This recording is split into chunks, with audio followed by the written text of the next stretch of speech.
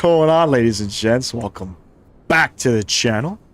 I am Lonnie from Flight Sim Gaming. Hope the mic is all good. I've noticed, even on VATSIM, the mic was doing some weird stuff. But anywho, welcome, ladies and gents. The iniBuilds A350 has finally arrived at a whopping price of $107 CAD or something like that. New experience for me. By the way, I was supposed to stream tonight, and then something literally, I left work early to try to make the stream happen, and then on my way home, something kind of had come up, so I didn't intend on flying, but everything got all sorted, everything's okay. Nothing happened, don't worry, nothing serious happened, just some home stuff, but everything's going well, and today we are doing some flights with the default livery. We are not doing any real-world flights. I'm in Toronto. We're headed up to Ottawa, possibly back to Toronto. I don't know how late I'm going to be flying tonight. I want to get some reps in this bird. By the way, what's going on, Talal, SimCFI, Aviation A6? Appreciate you all tuning in. Hopefully Mr. Sam Guilford will be here shortly. Flying home soon. Have a good stream. Thanks, bro. I appreciate you. Fly safe, bro. Fly safe. 107 bucks for 35 FPS though, so I'm not frame gen mod. So when I come out of the gaming screen, right now I'm on my second monitor. When I click back in, there you go, brings it back up. It doubles the FPS. So anytime you see the FPS low on my end, it's mainly due to the fact that I'm just not actively on the screen. But $107 is the most expensive add-on I've purchased in the sim. So the expectation is pretty high, and I don't really fly iniBuilds aircrafts. I don't fly the A300 or things like that. The only thing I've ever flown was just the A330 in 24, and then Neo in 2020, which is not that great in my opinion. But this aircraft has a pretty good rap. I've seen some streamers flying it yesterday. I was watching Captain Canada flying it, and looks pretty good. Mr. Sam Guilford, welcome. Yeah, 70 not bad. Performance is actually not that bad. So that's sort of the big deal for me. We are in Toronto. We're not flying on VATSIM today. We're not flying on Say Intentions. I don't know how to fly the aircraft. I don't know if it's going to break while flying. So this is kind of like our little test flight. A couple streamers, they have a couple airports that, whenever a new aircraft comes to the sim, they tend to fly into just to see how things work and stuff like that. So I typically do my, first flight from Toronto to Ottawa. That's typically what I've always done. So we'll continue to do that. The aircraft is in a fully cold and dark state. I don't know how to turn it on. I've created the thumbnail for the live stream, and that livery the thumbnail I just created really quickly. I tried landing the aircraft in that thumbnail, and it's very heavy. I didn't plug in any weights or anything like that, but I haven't started the plane up. I haven't done anything with it. I don't know how to fly it. This is going to be a new experience for all of us. This is going to be a new experience for me. But well worth it. I don't think I'm going to be flying this aircraft all too much, I'll be honest with you. Yeah, she's definitely a beauty. She's a nice looking aircraft for sure. But I don't think it's not something that, first of all, there's not many of these aircrafts out there IRL. But I think there's like 900 total A350s across both variants, maybe even less. I think it's like 780. So I'm not going to, plan on flying it all too much. I think as a content creator, it's probably pretty important for the community to see my own representation of my first flight kind of thing, right? And kind of give you my own opinion on what I think of the aircraft. By no means am I a professional at this. I know iniBuilds, put a lot of effort into making this aircraft. Apparently, this is currently the best aircraft in the sim, from what I'm hearing. I know it's the most expensive, but there's high expectations with it. So I've never seen, yeah. So right now, I think here at Toronto, we're seeing, I think Cathay Pacific is the only passenger airline operating 350s into Toronto at the moment. I'm not sure if the Philippines Airlines is still doing it. Air France was also doing it from time to time, and I think I've seen one Lufthansa come in. But other than that, we don't see too many of them, The majority of the flights are long hauls too, right? So I do plan on doing some crazy long hauls. Some of which I will be, actively in the live stream, and some that I probably won't be. I know there's some sick flights I want to do. I want to do some Fiji ops for sure. I know they operate the 350 up to Vancouver. I think that'd be pretty cool, but Mainly long haul flights, you know what I mean? So you were, you know, you got to plan for a 10-hour live stream. You know, if you're flying Delta, maybe you might be able to do, you know, a couple flights domestically in the United States, but other than that, everything else is, it's sort of long haul. It's built long haul, and this is the 900, not the 1000. Etihad has an A350 1000 service from Toronto to AUH. I don't even know what AUH is. But I didn't know Etihad. The last Etihad I seen come into Toronto was, I think, a 777. So, but yeah, they mix it up from time to time. I have seen two. So I'm actually standing here. We're not at a gate or anything. I actually seen last summer, right over by these hangars right here. Right by these hangars, two A350s that were parked for service. Philippines Airlines and Air France both had incidences at Toronto last year. I think the Air France did a tail strike. And the Philippines one, I'm not sure. I can't really remember. It might have been a landing gear issue. Oh, Abu Dhabi. Okay. Still a 12-hour flight, so. But I am excited. Let's see how things go. Sounds are fantastic. This is the 2020 version, so I don't... Quote me if I'm wrong. I think there's maybe no cabin or something like that. But yeah, other than that, I've left all my sensitivity settings the same as I would fly the Phoenix. So from what I heard, it's the Phoenix needs a little bit more work with the side stick when you're pulling back and things like that. Less input in this aircraft. Hopefully I don't float down the runway. But you know, we never know. But anyways, let's jump inside. Let's see what we got going on. And right off the hop, you got screens everywhere. Screens everywhere. I've actually seen some real-world flights on YouTube. A lot of companies will use this screen here as your charts. So they'll pull up your charts, whether it's your departure, your taxi routing, whatever the case is. Not your taxi routing. I think they got all that built in, but they pull up definitely their departure and arrival charts in there. Let me just read some stuff here. She's beautiful, isn't she? Yeah, it's a nice looking airplane for sure. I do the same exact flight. Sometimes I go to JFK. Yeah, JFK is it's another good one. JFK performance is not that great, so I'm gonna steer away. King Sky Aviation, hello, appreciate you tuning in. Actually, I think once Air France flew into here and I saw it. Yeah, Air France was definitely flying them. They mix them up with the 777 sometimes, so I think it's more seasonal.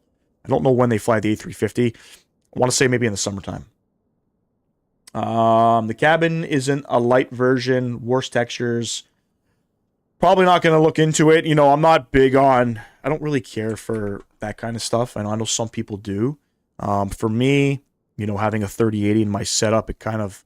Having all of that put into the aircraft has an effect on performance. So I try to steer away from that stuff, but maybe we'll do a walk around.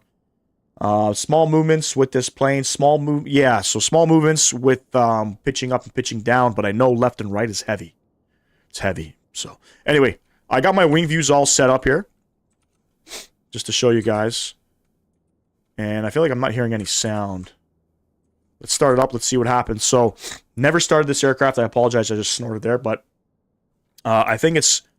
Oh, there is some sounds. Good. I think it's batteries on and then external powers. So...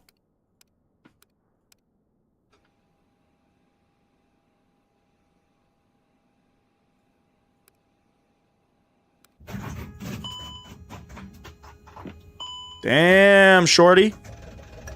A lot of noises there. Damn, okay. So I'm going to treat it like an Airbus. So, crew supply on. We'll get these guys on. I'm going to treat it like an Airbus. Okay, I can't click. Okay, so I scroll down on my mouse and it flicks it up. So, just hold on. So, emergency exit lights, we'll put them on arm. Get that guy to auto. That guy on. And that guy on. External power on first, then batteries. Got you. Okay, so external power on first, then batteries. Definitely we'll do that on our next one. I just do it like an A320. That's typically how I'm going to treat it. It almost looks like an A380. I think I got a link sim brief as well, so... Let me see. Do my throttles work? Oh, shit. Okay.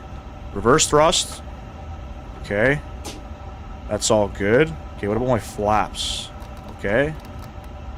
Okay, everything seems to be working. That's what I like to hear. That's what I like to hear. Okay, so...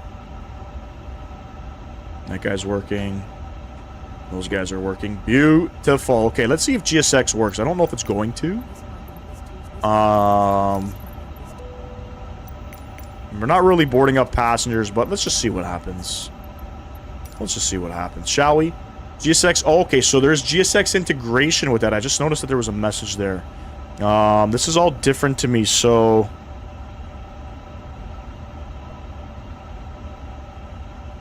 I wonder where I would go to plug in SimBrief.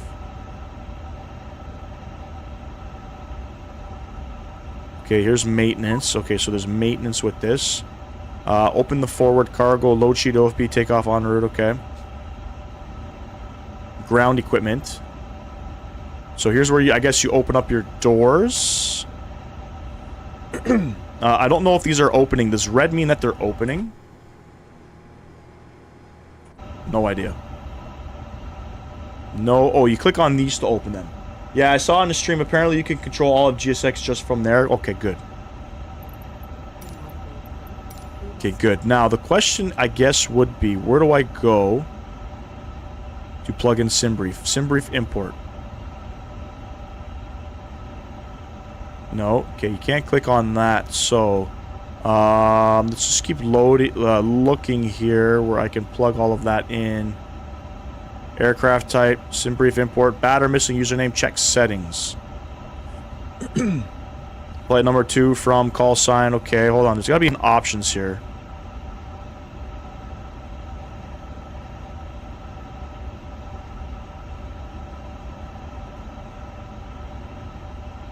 I guess I could probably just click all of this, right? Options.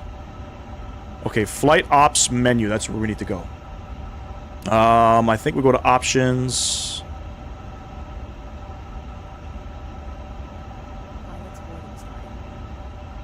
Sound pretty fucking good, I ain't gonna lie. Okay, third party, SimBrief user ID. Okay, stand by. I'll be looking at my stuff.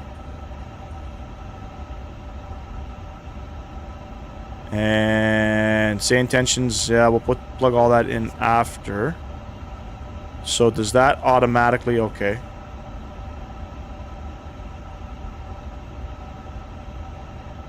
Give me 1 sec here. We're doing this as if we are, you know, doing it for the very first time. Okay, it was linked. There we go, looks like we're all set up there. Okay, bet. Okay, update nav data. Switching nav data and updating nav data will clear FMS data and can only be performed without engines running on the ground. So should we update that? Downloading? Okay, let's do that. Let's do that. Looks like it's done something. Nav. Okay, beautiful. What simulations? Okay, so a lot of things, and there's time compression as well. Auto step climb. Okay, beautiful. So this thing is loaded with options. That's pretty cool. That is pretty cool. Okay, beautiful. Now, I'm taking the A350 from Dublin to London right now. How are you enjoying it? Most importantly. SimBrief import. SimBrief weight unit doesn't match aircraft. What? Okay. So, I think I have it in kg. I probably got to change it. IRS. We'll make it fast. Rudder control tiller. I think no. Kilograms. Okay, so let's switch that over to kilograms. And then let's go back here. Beautiful. You're loving it. Good.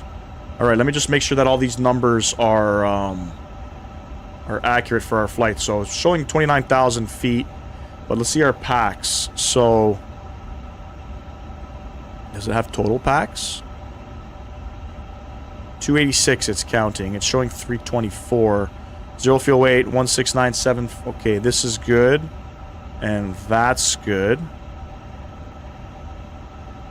So it's all imported. And then what do? I click these guys to set it. Done. Loading complete. Beautiful. 286 out of 324.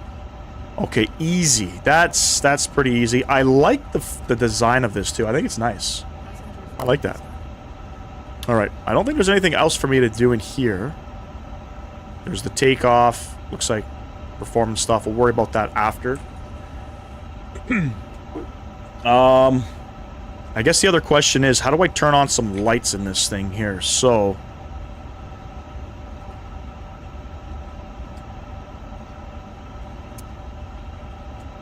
I know it's here somewhere. It's definitely not this. It's not definitely not that. Cockpit? Definitely not that. The lighting may not be on this thing here. So, turn on GSX integration in that door menu. Is it gonna fuck anything up? Yo, Dominic, what's going on, bro? Appreciate you tuning in. Is it gonna fuck anything up if I do that? The A350 is the same layout as the A380. If you're used to flying the A380, A350 is gonna have the same feeling. Okay. Definitely, well, I don't think so. I think the fly-by-wire aircraft is probably different. No, but yeah, this looks the same. Align IRS.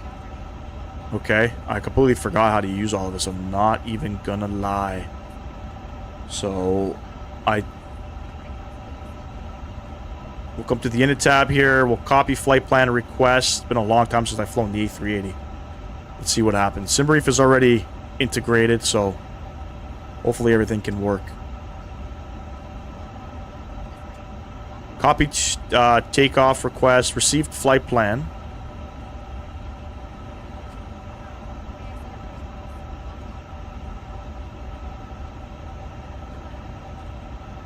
Okay, we've received it. How do I hit that guy? No, that's the takeoff one. So how do I enter it in? Insert. Okay, beautiful, beautiful. Toronto to Ottawa. There we go. Today our flight number is INI 540. The 350 is essentially the 380 in wide body form. Makes sense, makes sense. Go over to the IRS here. Looks like it's a line. A line.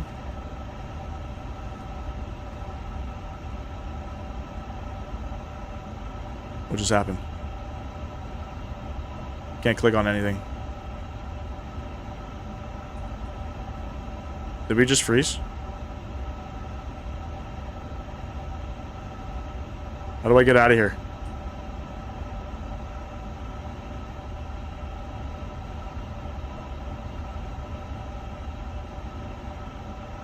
Can I come over here? Nothing. So I don't know if I just broke something.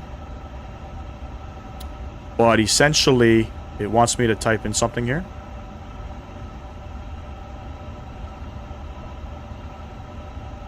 Can't return. I can't click on anything. Let me use these guys down here. Alright, bet.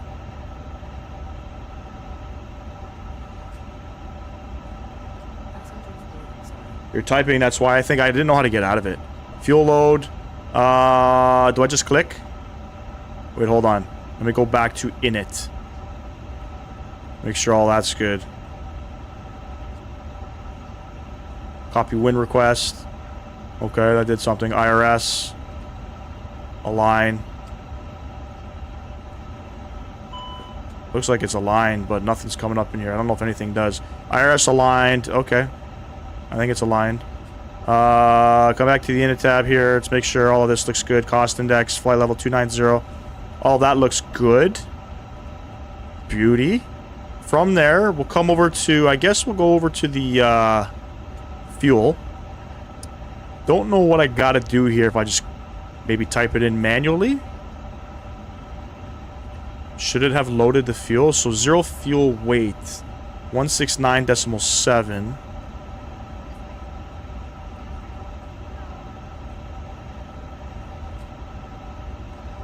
Definitely can't do that.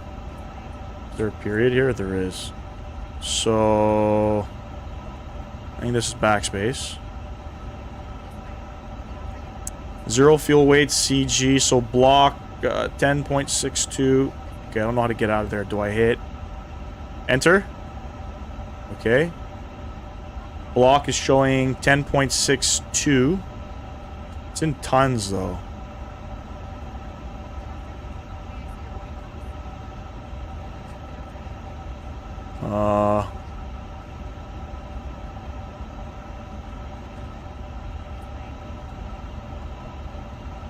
This is in kg. I don't think I can change that. This is going to click enter on the keyboard, the auto input. Okay. Click enter on the keyboard to auto input the zero fuel weight and CG if you have it loaded in the EFB. Click. Hold on, let me get out of here. Click enter on the keyboard to auto input. Okay, click enter on the keyboard.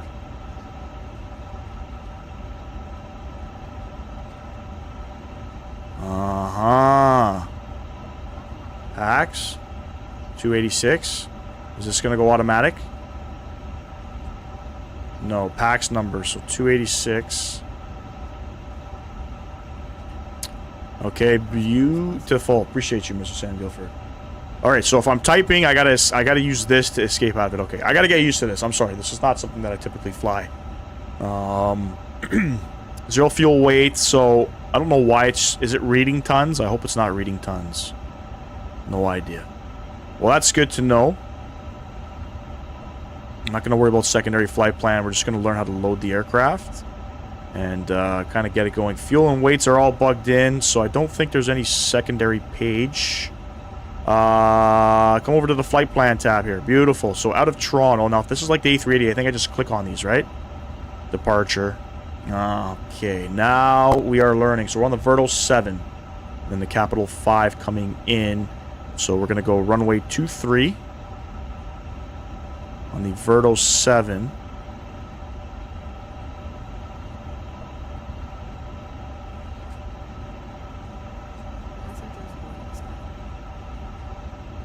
How do I scroll? How do I scroll?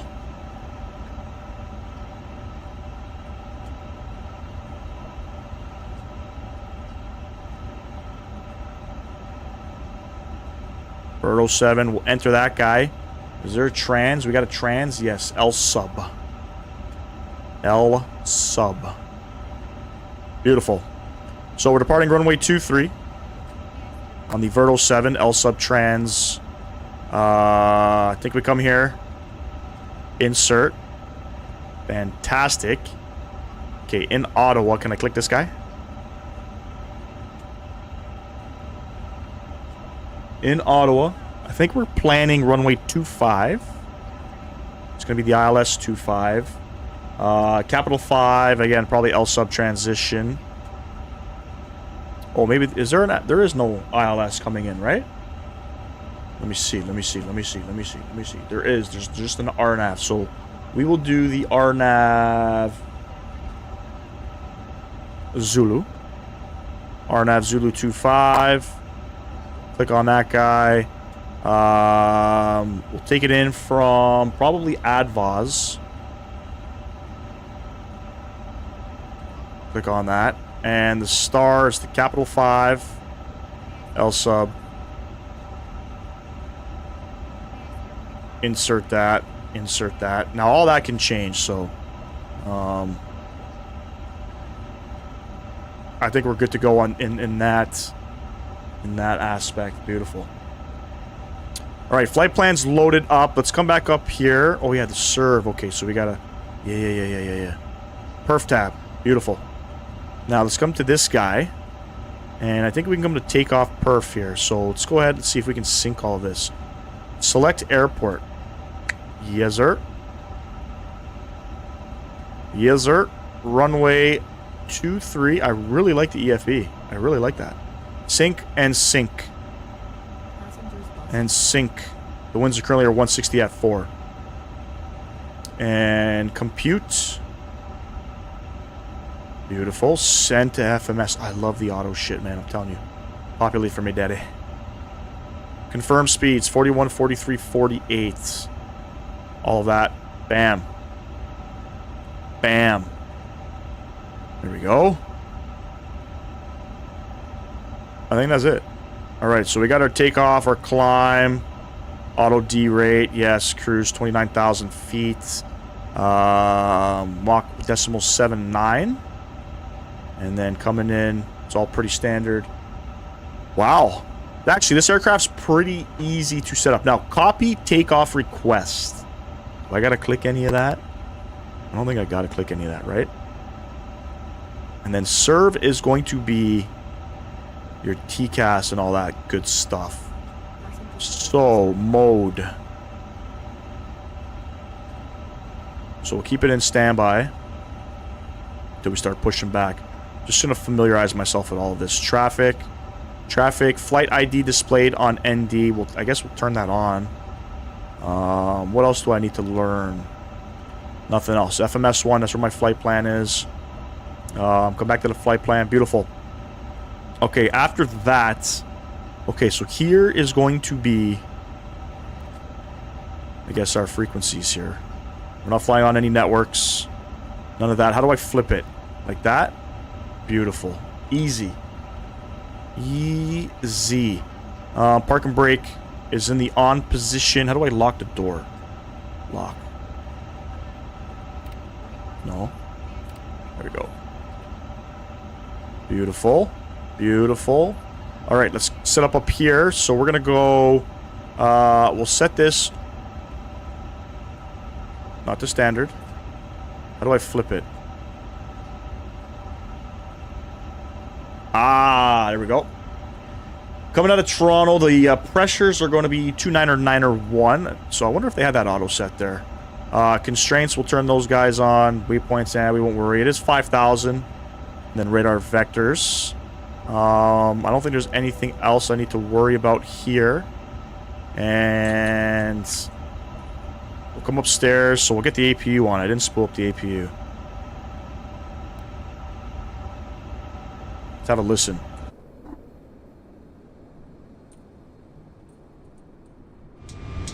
Oof.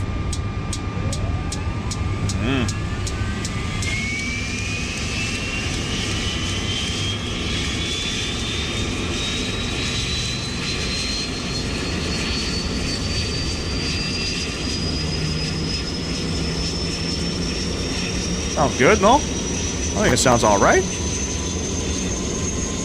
I've tried to fly 4 times, and each time I had issues after issues with the plane. Unfortunately, it seems really bug-ridden. I mean, maybe. First time that I'm flying it, not many people are having issues with the aircraft itself, so that kind of sucks, though, when you purchase something and it doesn't work. We all fall victim to that. Microsoft 2024, perfect example. Perfect example. Okay, now how do I read...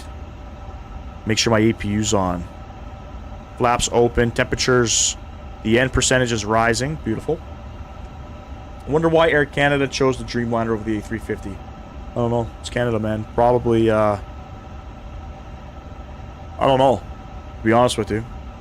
But we could probably do some fictional Air Canada flights, you know? Does this go to 100%? What happened?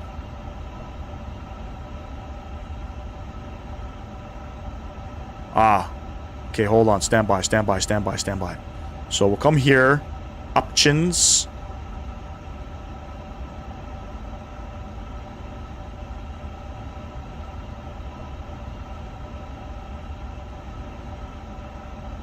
Link instruments. Link them.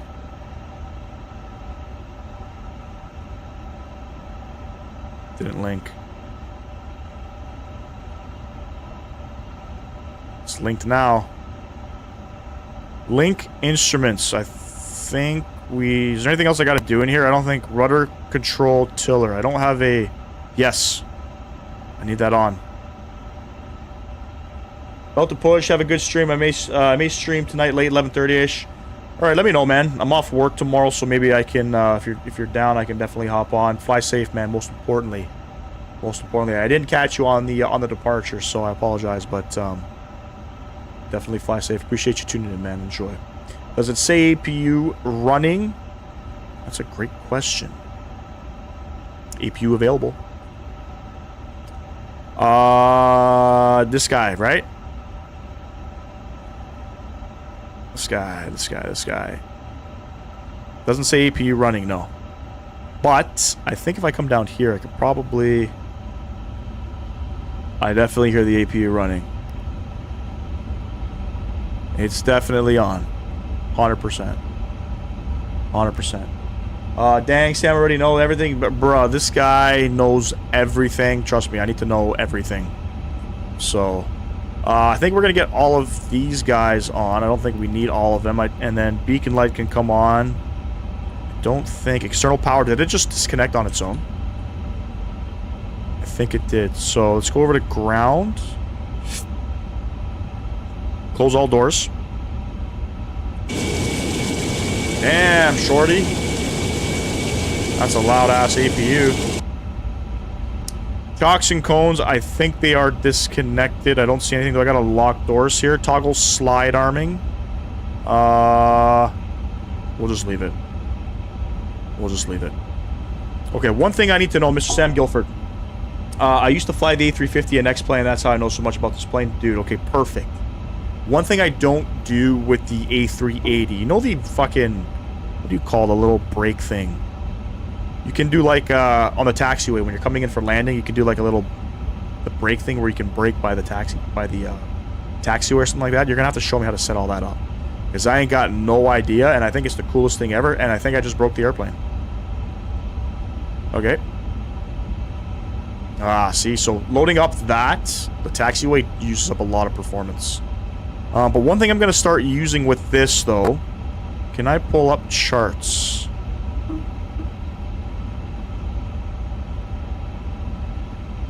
Stand by, stand by.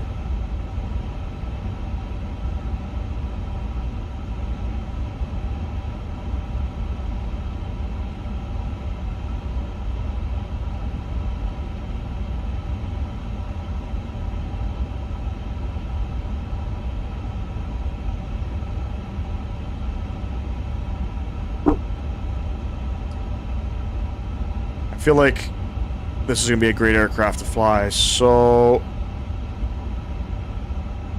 Nothing's coming up with the charts.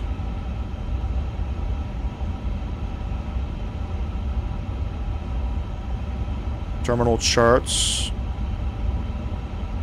Clicking on it. Nothing's clicking. Maybe it takes a while to load up. I don't know. No idea. No idea. Alright, I think we're ready to push. Fuel pumps are on. Let me just double check that I got the ground power out of the way. Nothing's highlighted, so I think we're good to go there. Okay, well, we got the aircraft going. It's a no Navigraph issue. Got you. Okay, beautiful. I like that when it's not a flight sim gaming issue. We'll go ahead and prepare for push and departure. Anti-ice? De-ice? Nah. Because SimCFI will say if there's no visible moisture, don't spray. Right, Sim? Still here? Are you talking about the BTV? Yes, brake. Yeah, that's it. Brake to vacate. Yeah, you're gonna have to show me how to set all that up. Oh shit. Hello, Captain. I don't even know. Is it a flaps 1 departure? Hold on. Let me click this guy. Click perf. Flaps 1. Trims. Oh, I gotta trim. Yep. Can't forget. I'm excited. I'm not gonna lie. You know.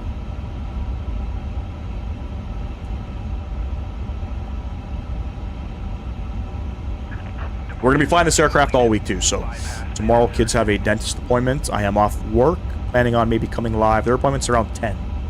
So, I'm looking to go live at around probably 1 p.m. Probably still going to do some just regular flights. No real-world stuff. Sunday, for sure. Sunday, we are doing a real-world flight. I just don't know where yet. Don't know where. Most likely going to be a long haul. Most likely going to start it early. By the way, if anybody can comment in the chat, how is the mic issue? Is the mic issue, like, resolved since a week ago? I hope it is. Oh, shit. Do I gotta turn on flight directors, too? Where is flight directors?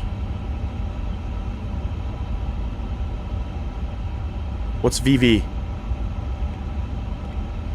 I got no idea what VV is. Is there...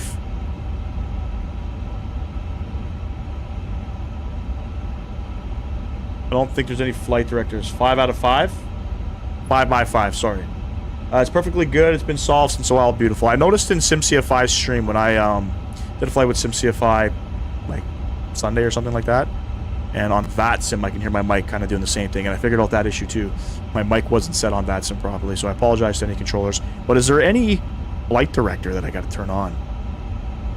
No flight director anywhere. I don't think there'd be anything down there. There's some lighting there. I'll have to learn how to put the lights on too. But I don't think there's a flight director. I don't even know what VV is. I'll have to look into that as well. What is all these things here? Oh, that's cool. I'm planning on doing Istanbul to Miami. Damn, son. Taxi? No idea. I don't know if there's any flight directors. So anyway, let's go ahead and push back.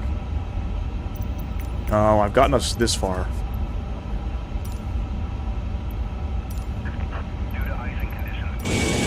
Damn. Rather random cargo gauge, just so you guys are aware. Random ass cargo gauge. So we're gonna spin her around right over there.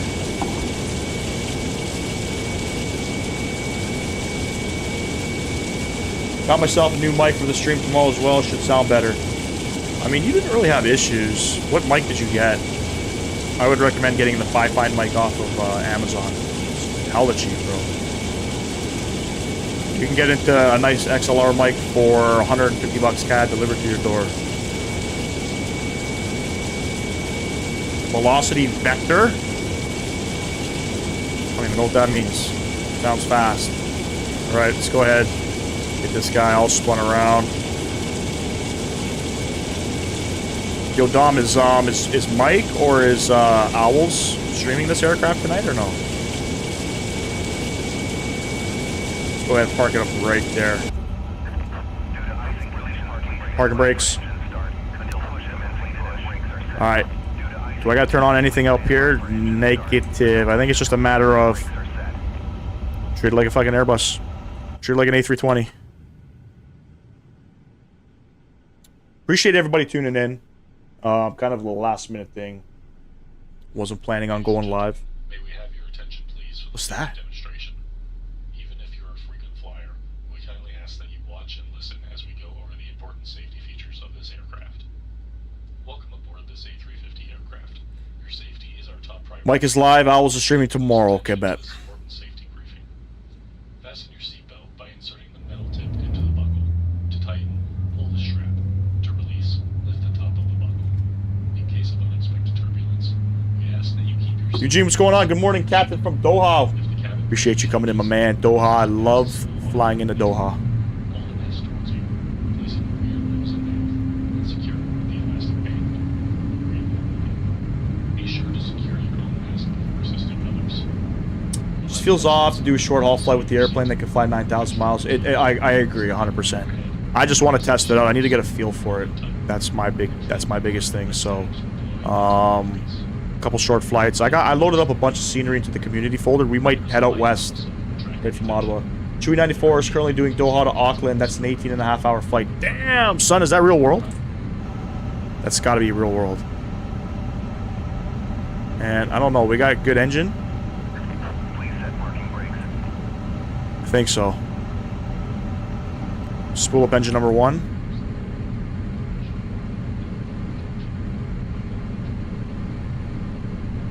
I think Captain Canada was giving away an aircraft today, no?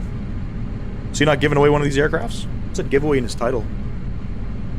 Japan Air does a shitload of short ops in the 350. It's probably all domestically, right? I have no idea where we're going this weekend. I have a feeling we're going to fly Ethiopian. But really got no idea. Real world? Shit, bro. I wonder who's going to do the first Singapore Airlines to JFK. I know it's not a ULR, but there's no ULR variant released, right? And I don't think there's any cargo variants released. But I'm wondering who's going to do the first one. Ah, okay. Yeah, I noticed in Japan, out there in Asia, they use big aircrafts on short flights. Especially like, Asiana with the A380, they do a nice, what is it, an hour and a half flight from Seoul to Narita.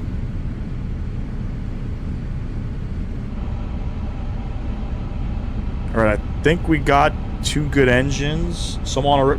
Damn, bro. I was thinking of doing it too, but... Fuck, I'd be up all night. Alright, I think that's 2 good engines. I don't hear any clickings after the engines come alive, so I'm gonna chance... shutting these guys down. Taxi light coming on. Alright, we're still alive here. These guys coming off. Flaps 1. Ooh. Sorry, my wing views are trash. I'll fix them all up for the next live for sure. Sounds really good. Sounds are very loud too. Beautiful. I think that's flaps 1, and then I know I have to trim something. Auto brake, RTO, takeoff config. We're trimming 26.4. We're pretty much there. Is it moving?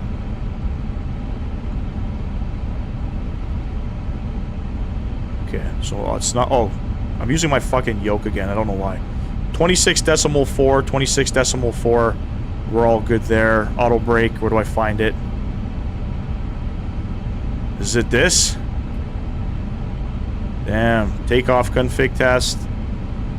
I don't know. Somewhere here. Bam. Some Cathay A350 Toronto, Hong Kong. That would be fucking cool. That's a long flight. My buddy actually just, he was in India, and then on his way back to Toronto, flew through Hong Kong, landed in an A350. Are the exterior cameras modeled in this aircraft? You guys know? I don't want to touch things because I don't know. Display cycles, captain, I don't know. I think they have, like, under the belly of the aircraft, there's cameras there by the landing gear and stuff. Let's go back to the flight plan tab. Beautiful. Alright, so, since Navigraph is broken in the aircraft, let's go ahead and look up our departure here. So we're on the Verto 7, departing out of Toronto out of runway 23. Basically, we're going to fly runway heading to 1,100 feet. Then it's a 8-degree right turn for radar vectors out to Savre. And then on out, we're cruising up to 29,000 feet today. Short flight. It's our test flight. It's our delivery, not our delivery flight, but in case we break shit, you know, it's always good to learn how to fly. The winds are 150 at 4 currently. It's 3 degrees. Altimeter 299er0. They're synced now. Beautiful. Coming into Ottawa, what are we looking at right now currently? The winds are 140 at 6, so relatively a smooth, should be a smooth sort of day of flying. We'll have to see what happens. Let's get rid of Navigraph here. Singapore to JFK is about 19 to 20 hours depending on winds. Yep. Fudge that. Fudge that. My buddy that flew to Guangzhou to go see his family in January actually did an easterly flight from Toronto to Guangzhou, which is pretty cool. Another long flight. But hey, Simple Takeoff, what's going on, man? Appreciate you tuning in. Welcome, welcome. We're testing this bad boy out. Config test. Takeoff config test. Didn't go green. There we go. Beautiful. Everything up here looks good. Beacon lights are on. This guy's on auto. We won't worry. And then everything else will turn on once we get to the runway. Oh, shit. Are you? Appreciate you, bro. Are you flying this aircraft? If you are, how's the aircraft? Oh, shit. This thing likes to take off on it, or likes to roll on its own? Damn. All right. Flight ops menu. I guess we'll leave it on here. Make it a nice little right turn here onto... I think this is Alpha. We'll take it to... I think it's Hotel. And then get onto the runway. Ground control feels good. No, just 319ing. I'm going to buy it soon. Yep. Let everybody break it first. You know what I'm saying? You know, funny enough, I got to say... Shit, do I turn here? Yeah. The process to purchase the aircraft got released at 8 a.m. this morning. I was scrolling through their website like every 5 minutes. I wasn't sure if it was going to be like PMDG, where everybody starts buying and then everything starts to crash. Very smooth. iniBuilds did a fantastic job. PMDG, take notes on whenever you're releasing stuff. Definitely a super smooth process buying aircraft this morning. No issues. Got the email right away. Got the confirmation. It downloaded right away. Downloaded fast. That was cool. I was expecting to purchase the aircraft and then waiting to download it till, like, you know, 6 p.m. I gotta change some things here, so let me get this guy. Hold on. How do I... Can I change that? I don't like how that looks. I don't think I can.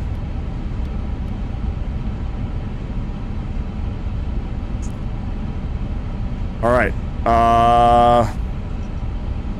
Let me get TCAS on here. If I remember, it's in the serve menu. It's up here. It's already on. Auto on. There we go. We're squawking 2000. We're not flying on any networks today. So I think I'm all set up there. Change it to ARC. Oh, shit. No, I think I want it on nav, right? No, I want it on ARC. Oh, yeah. Yeah, I do want it on ARC. Okay. Bet. Good stuff, good stuff. Okay, let's get on the runway here. Strobe lights. The scroll wheels are backwards, just so you guys are aware. Take off. We'll throw the landing lights on as well. Let's give this thing a go. Hopefully it's not super light on takeoff.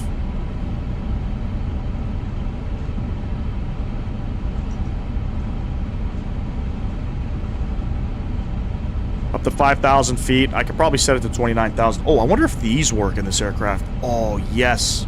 Okay, so the Honeycomb, is it the Bravo yoke or the Alpha, or not the yoke, the throttles work fantastic with this aircraft. That's good to know.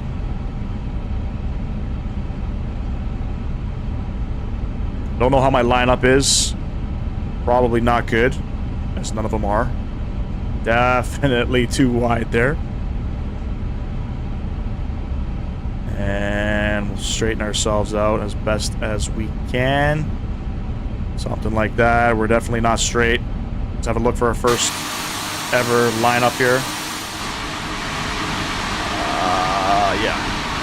Yeah. Definitely failing my my check right here. Okay, how do I turn on the clocks? So are the clocks always... First of all, where are the clocks? I see the chrono button right here. Is there any other clocks that I need to worry about? I don't think so. We'll hit this guy. Alright, parking brake coming off. Enjoy the departure, ladies and gents. How's it running on your GPU? I have not had any problems with it so far. My 4090, so far so good. I'm getting about 60 FPS. Throttle's going up. 50%. She's legging Airbus. Manflex 67 SRS running auto blue. Oh shit, she likes to fly. Oh yeah. Okay, rudders feel great. 100 knots, neutral.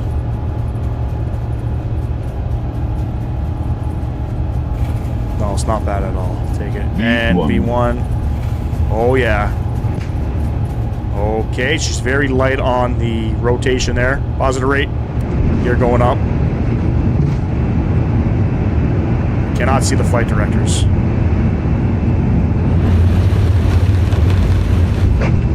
Cannot see them at all.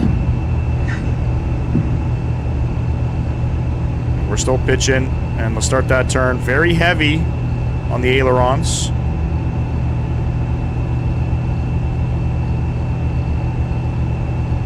I don't know where my climb detent is.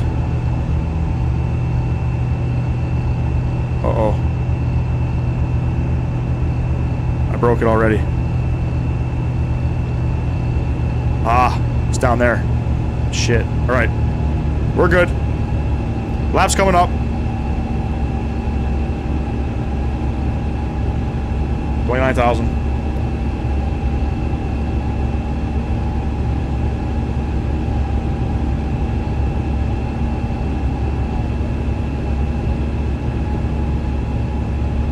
So it feels very heavy when turning the aircraft. Very light on rotation, just to note that. Might have to change some settings there. It's very heavy when you're just doing this. Oh yeah. Oh daddy. Alright. First waypoint here. How do I do a direct to? I think I click on a thing, right? FMS. Flight plan.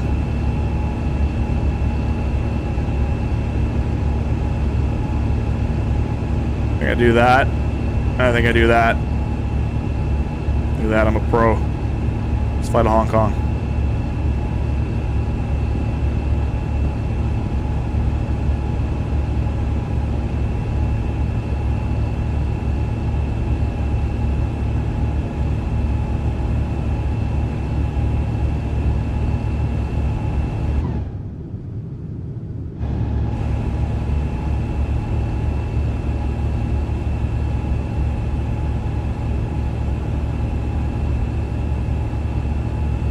So this thing really loves to fly. We're going at about 3,000 feet per minute. I'm trying to get that speed up to 250. We'll hand fly for a bit too. I love the sound of the Trent 1000 engines. It's probably my favorite sound next to the flaps. Definitely cockpit sounds sound really good.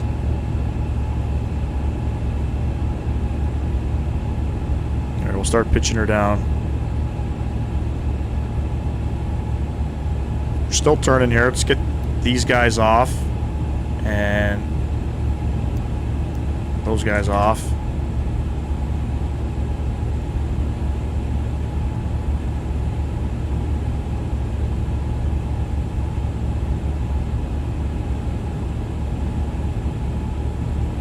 Flying through clouds here. I don't think I got any anti-ice on. I'm sure Sim's gonna yell at me.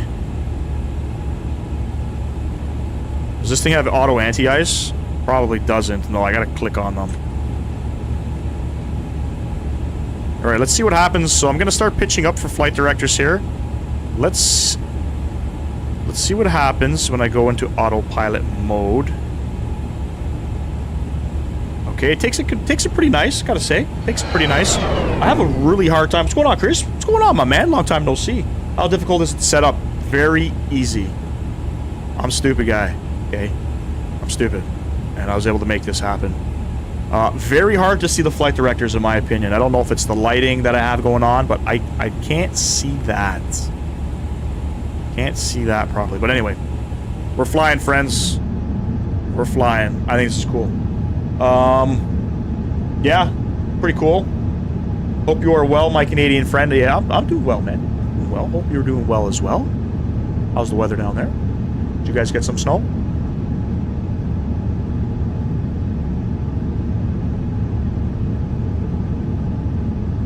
So I basically treating it like an Airbus there. And yeah, it's flyable. I can fly Airbuses. That's really about it, you know. It doesn't take autopilot. You know, when you're trying to follow the flight directors and you hit the autopilot, it's not snapping the aircraft like some airplanes do. I really like that as well. Go ahead and set this all up. Beautiful. Oh yes, Mr. Sam Guilford. We got my my check ride captain there. He's been walking me through it. Hopefully he'll sign me off on this first leg into Ottawa. It's gonna be fucked up. We are in the 60s with rain tonight. That's not bad. Our snow's starting to melt here, so it's warming up, but it's gonna be freezing cold again. It's gonna be freezing cold. 60 degrees is not bad though. Did you purchase the A350? I'm sure you probably have.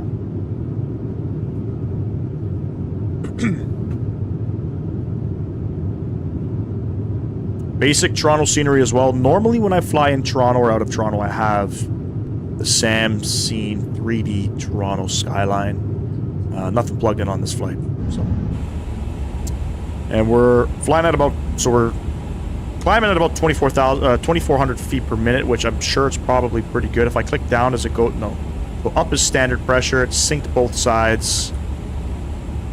Lovely. Lovely. Is there any checklists built into this? Just out of curiosity? Does anybody know? About to load the sim and figure it out. Yep. That's exactly what we're doing here with the help of some friends.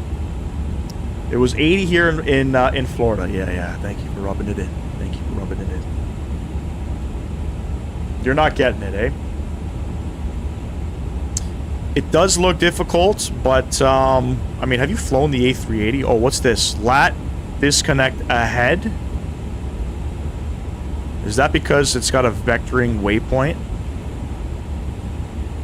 There's no vectoring waypoint. Lat disconnect ahead. I have no idea what that means. We're gonna see what happens. CL button? I forgot what I asked. CL button. Okay, checklist. Okay, CL button. CL button. CL button. What's that? CL button. You know where it is?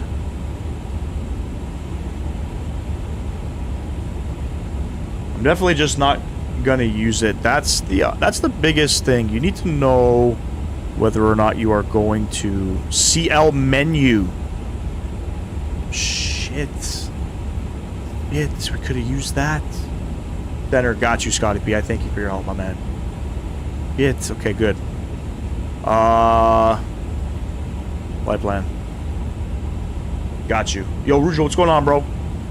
Yeah, if you're not flying this aircraft frequently, you know, $100 our Canadian dollar is not worth anything. $100 is like $15 US right now, so it's not worth anything. But yeah, if you're not gonna fly it enough, you know, it's definitely, it feels like a great aircraft. I can't even lie. It feels like a great aircraft. You just gotta find use for it. There's not a lot of short ops you can do. You know, if you want to fly in Japan, you could do some. But everything is long haul, you know what I mean? That's why we're flying the iniBuilds default livery, just to kind of get ourselves used to it. Yep, Rougeau's here. My boy, Rougeau. Appreciate you tuning in. We're about to, hopefully land this aircraft shortly. I got geese up and running, too. So we'll see how that goes. We'll do a turnaround as well. We'll see how the aircraft reacts to the turnaround. How do you guys like my wing views? Are they trash or are they trash? I could probably zoom out of them. Shit, which one was that one? Yeah. Don't break the sim. Okay. And apparently there were some bugs with the aircraft too, some WASM issues. I think they're fixed. I think what I'll do is I'll talk to iniBuilds. I don't partner with iniBuilds. I'm not affiliated with them, but I'm wondering if maybe we can gift one of these aircrafts. Just left the bar with Work Squad, tuning into your beautiful voice. Tuning into my beautiful voice. That's cool, man. You should get flight recorder to watch your landing. You gotta pay for it? I don't know if I want to pay for anything else. Oh shit, are we not in our... Okay, we are in it. Beautiful. Well, you haven't. You didn't like the singing? Would like to use it for JFK to LAX and US to South America flights. Yeah, so I was looking at... I know everybody's flying Delta right now, you know. I wanted to head out to... Is it Lima? Not Lima, no, not Lima. Santiago, Chile. I know Delta does some ops from Atlanta to Santiago. We might still do that on the weekend, I'm not sure. It's free. Okay, I'll look into it for sure. I'll look into it for sure. But...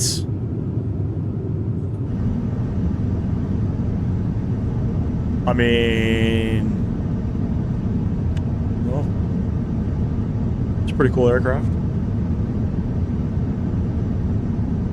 Texturings look good. Let me see if I can walk in the cockpit. Hold on. Let me see if I can do this. Texturing looks good. Everything looks decent with it. My boom arm is in the way here. Alright, we're in here. Can I open these? Oh, yes! Shit. Nope. This guy. This guy. Nope. And let's go in here.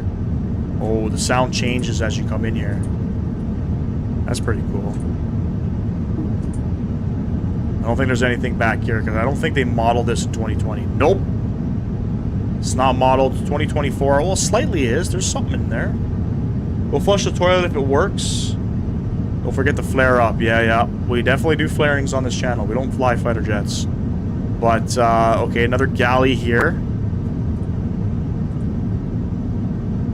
No cabin modeled. I'm grateful for that in 2020. There's less of a hit on performance. I am very shit. Using my keyboards to do this, not a controller. Anybody know where the toilet is? Probably at the back of the aircraft, right? So this is what? Probably business class. This is probably economy.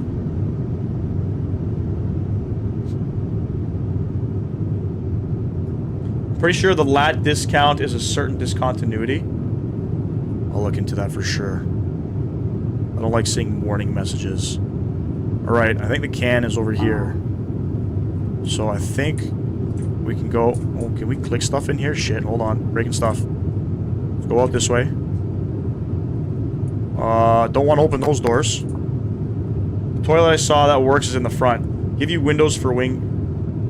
You want windows for wing views? I know, my wing views aren't that great. I kind of rush doing them, I'm not gonna lie. There's a bathroom here, no? Can't go in it. Nothing's clickable. Nothing's clickable. Alright, we're at cruising alt.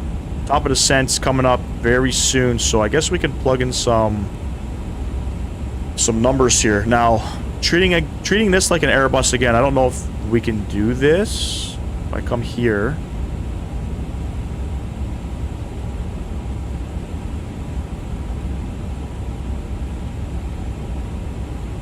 Is there like a approach page or something like that? This is the new plane? This is the new plane, yeah. This is the new plane, 100%.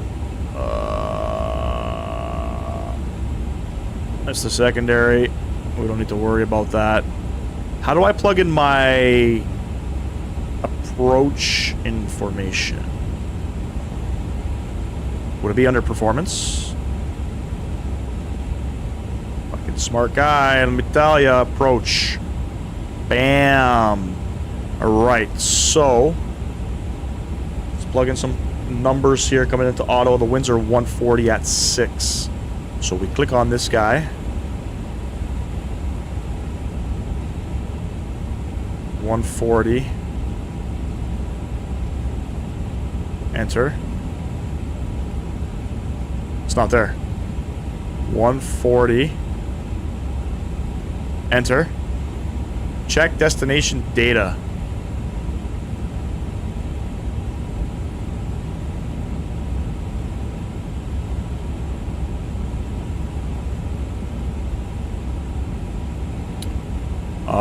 Can I just hit enter? Okay, it worked that time. 140 at 6. How do I backspace this guy? Enter. Enter. Outside air temp -2. -2. QNH 29903. I don't know if I'm doing this right. 29903. 3. No period. Okay, no period. Enter. And we're planning to land on runway 23. That's where aircraft are currently landing on. Sorry, runway 25. The mins are 659. Good old 659. Double. I don't know why it wants me to double enter all of that. We'll do a full landing, and I think we're good there. We don't need to worry about checking any of... Wait, it still says check. I think we're good. I'm not touching anything else. I think we're good. Up to the flight plan. Does it show top of descent? I didn't check that. Hold on. There's a top of descent marker. Top of descent 25 miles. Beautiful. So we're descending on the Capital 5. We got some restrictions we'll adhere to. The aircraft's all plugged in for that. How am I liking the aircraft? I'm liking it so far. It's pricey. But, you know, gotta pay to play. You know what I'm saying? Perf page. I appreciate the welcome, Talal, by the way. Yeah, everybody knows who's regular in here. So we got some friendly people in here. You know what I'm saying? You know what I'm saying? On the Capital 5, let me pull up my charts here. Pull up good old Navigraph. So we're descending on the Capital 5. We're coming in from L-sub. Looks like at Lanark. We gotta be below 16,000 feet. Mechanic below 23,000. But what I'll do is we're gonna come down to this waypoint here, and then we're gonna come on a left downwind. Let me just... Uh-oh, aircraft's turning. Let me see if everything's set up here.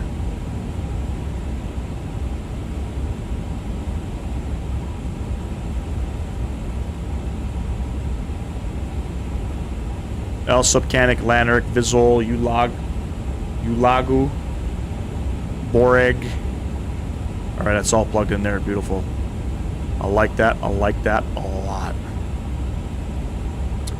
And then we're planning for the RNAV Zulu for 25. It's an RNAV approach. We'll see how the aircraft flies. The winds are 140 at 6, scattered clouds at 18,000, broken at 21. Pretty decent weather. Pretty decent clouds. It's -2, altimeter 2993. That's about it. That's about it. Check desk data. I don't know why it still says that. No idea. I think it's all there. We'll leave it at that. Top of descent. I think we are coming up on it. No, wait. Cruise page will show top of descent. 6 miles. Alright, we're going to start going down to... Take it down to 5. Is it 5 I want to go? I want to go 5,000 feet.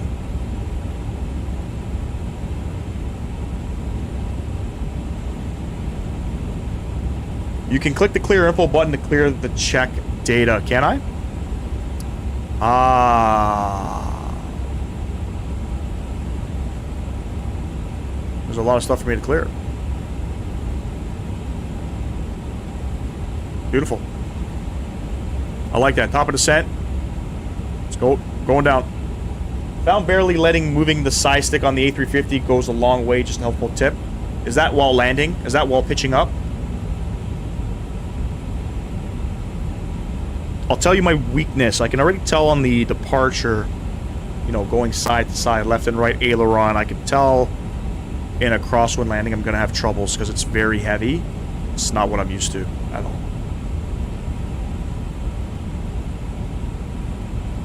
It's not what I'm used to.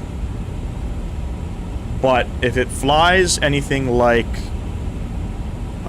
the Phoenix A321, if it's a butter, I think Sim was telling me earlier it's a butter master, so probably has a lot of ground effect. Aircraft will probably start to flare by itself. Got you. Okay, I'll definitely we'll definitely utilize that tip there.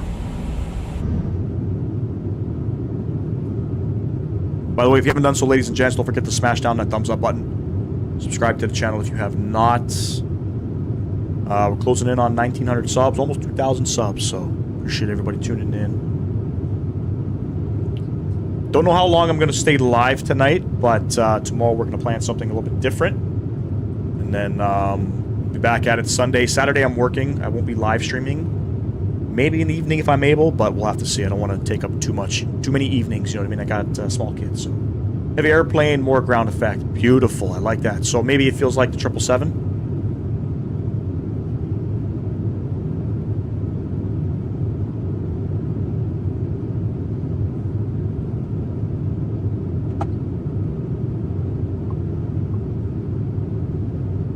A lot of snow out in these parts, as you can tell.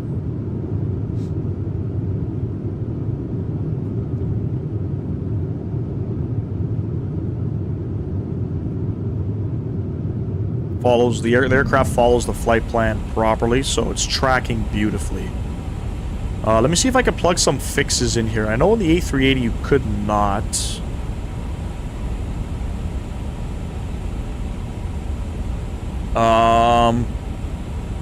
Let me see if I can do it.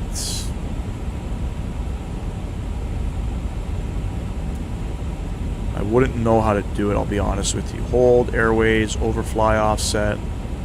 I don't see any fix info.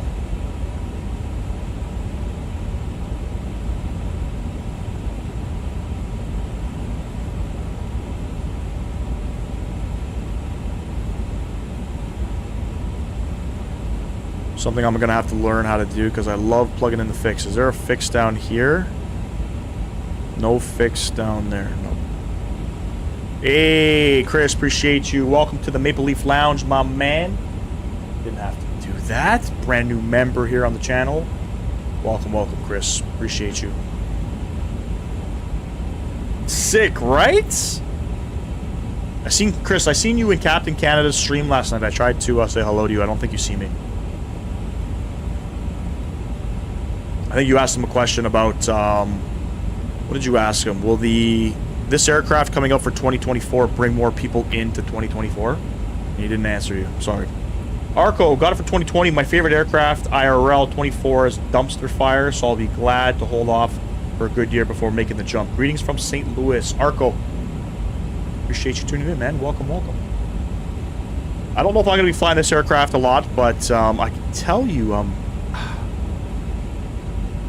feels good. Feels good. Systems work, everything works. I don't like the price that it comes, you know, the price tag that comes with it, but I could see all the hard work that iniBuilds put into this aircraft, so makes me look forward to the was it the Synaptics A220? No, I know. Captain Canada, just that thing was just rolling. Did you see him crash the aircraft last night? I mean, his sim crashed. He didn't crash it. He is a professional. Kind of sucks. 299er3. Make sure those sync. He had a WASM failure last night, if you guys didn't know, and flying Delta, believe it or not, flipped the airplane. But yeah, to speak on that comment, Arco, 2020 is the way to go at the moment. So I had some troubles even on the weekend. We were trying to do a little community fly-in in 2024, and it's just some people's sims were lagging and crashing, and I was having issues trying to load up multiplayer. Yeah, $80 to you. I paid, I don't even know, it's like 107 plus tax. 107, probably 120 bucks with tax. Steep, you know, in my opinion. Is what it is. You're getting two variants. Maybe they'll make a cargo variant. I know there's some orders. There's not many. I don't think there's any cargo variants out at the moment, but I know there's some orders. I think with some Middle Eastern airlines for a cargo A350.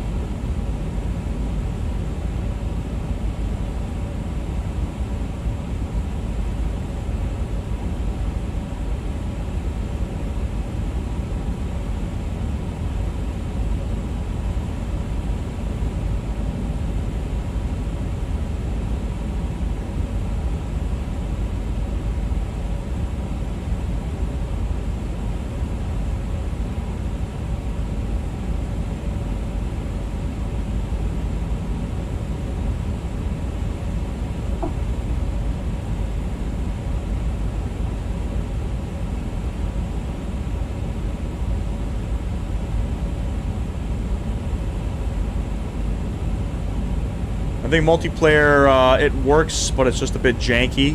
Yeah, I mean, you were there. We were having some struggles. $80 for one DLC? Yeah, buddy, you got that's 80 USD, Mr. Arujo. 80 USD. Yeah. Steep. It is steep. Just landed and now taxiing to Terminal 5 at Heathrow. It was a smooth flight over from Dublin. Good stuff, man. Good stuff. Well, stay tuned for the landing because it's going to be quite the experience. For me, it's the lack of payware compatibility and unstable nature of the cloud-based environment. Just like 2020, 2024 will need a while. See, a lot of people had mentioned 2020 had some issues, you know. I'll be honest, I mean, it's been close to 5 years, 4.5 years. I don't recall having any issues with 2020, man. But you're right, the cloud-based stuff, you could see, like, when you're flying around the aircraft, everything looks great. You know, when you're flying GA, 5,000 feet above, whatever. You can see in the distance, you can see that cloud-based crap, I call it. It's just, textures don't load properly, that kind of stuff. It's slightly disappointing, but I think 2024 is going to be the pinnacle of flight simming. In terms of the price, getting multiple variants in the 2024 version is a steal. You know what? You know, considering that and being able to bring it over to 2024, it's technically like 4 airplanes, right? That is a steal, absolutely. You're absolutely right. Yes. Thank you for reminding me of that. That is true.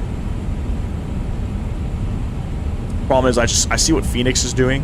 You know, Phoenix brought an aircraft over. It was a little bit, you know, messed up in the beginning, but it was free. You know what I mean? But you're right, absolutely.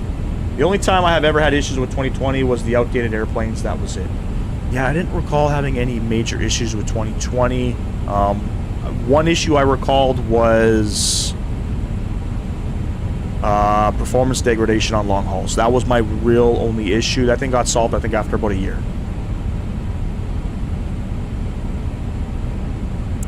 That was really about it. That was my real major issue, the degradation on long hauls. I stopped doing long haul flights just because of that. You know, 4 hours in, and it would go down to, you know, 12 FPS, made it completely unstable. Speed brakes coming out. Let's get that VNAV path back going here. Alright, can you show me the brake to vacate? How do I set that up? I think I gotta go into here, right? No? Airport nav not available. Okay. I got no idea. Could be like PMDG and charge 300 for 4 variants. Also true. I don't know how many more 777s I want to buy. You know, or how many 737s I want to buy. But you're right, you know, absolutely. Those are some very valid points.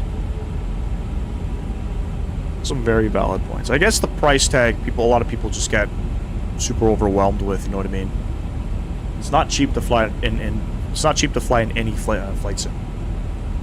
But it is flight sim. It is something you got to know going into it. It's an expensive hobby. I got thousands of dollars of scenery, you know. I don't know if I got thousands of dollars in airplanes, probably close to it, but it's almost, I'm almost embarrassed to say how much I've spent. But completely worth it, in my opinion. I love doing this. Okay, we're starting to freeze up a little bit. Looks like we're good.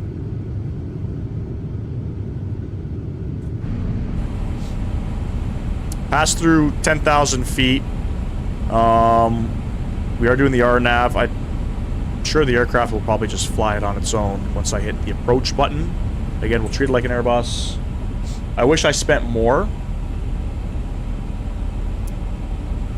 The more work goes into an add-on, the more price. Yep. Absolutely, absolutely.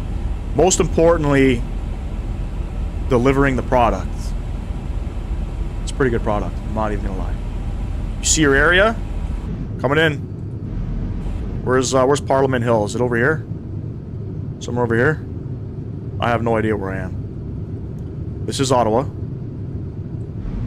The hobby in general is not for the faint of heart. I got thousands in scenery as well. Yeah, it's a little on the steep end.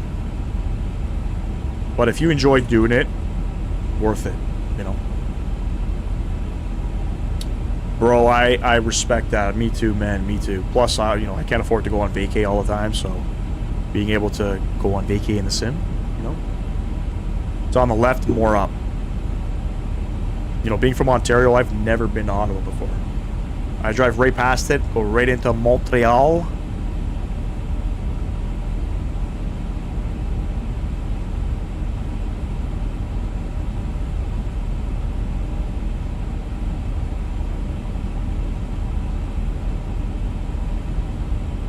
Great EFB. I love how this looks. It's very easy. Maybe they'll put a little bit of a background. Maybe we can edit that later on. Maybe not keep it so bland. Very intuitive. Everything's here. I love how the cursor just highlights over everything. There's no delay with the cursor. Beautiful. Right out of the box, I didn't have to plug in or set up any throttle detents or any flap detents. I didn't have to set nothing up, which is a bonus. Now, let me activate the approach phase here. Perf tab. Activate this guy. Confirm it. Beauty. Can't wait to see the landing on this. Yeah, it's gonna be fucked up. You guys know my style of flying. I'm not shying away from it at all. So it's gonna be fucked up. Pardon the language. If you don't like the swearing, I do apologize. I try not to swear too often, but I'm being honest with myself. You know, I've never flown this in any sim. It's gonna be fucked up. So I don't even know, where is downtown Ottawa? Is it like up here or something? I see buildings down there. This has to be downtown Ottawa.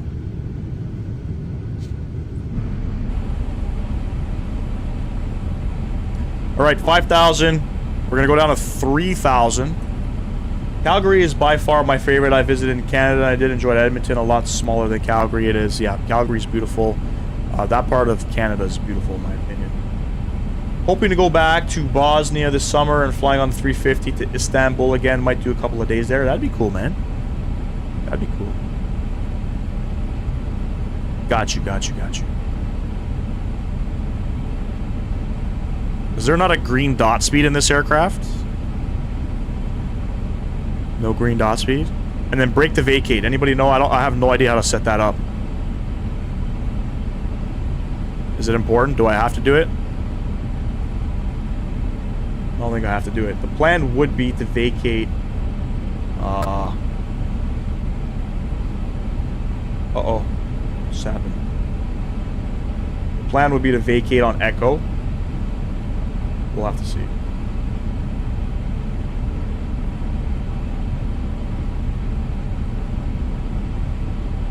You gotta go in zoom. Okay. Beautiful.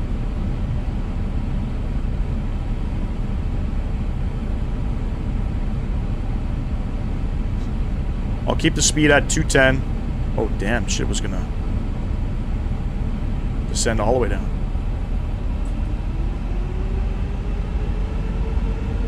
Alright, so we're in zoom.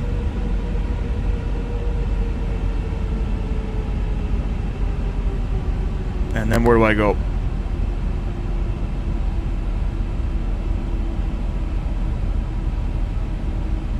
Do I do it on the approach? Like once I'm like final? It's not necessary? Okay. No, you don't have to. It's just easier on the brakes. Some airlines, yes, they do. They do. I guess to vacate, depending on traffic, things like that, right? Scotty, and plan mode, I think. Okay. Okay.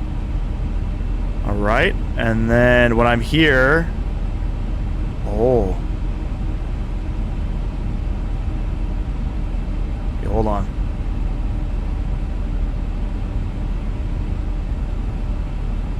I want to try it, because I never tried it in a fly-by-wire aircraft. But, can I... What do? I click on it or something?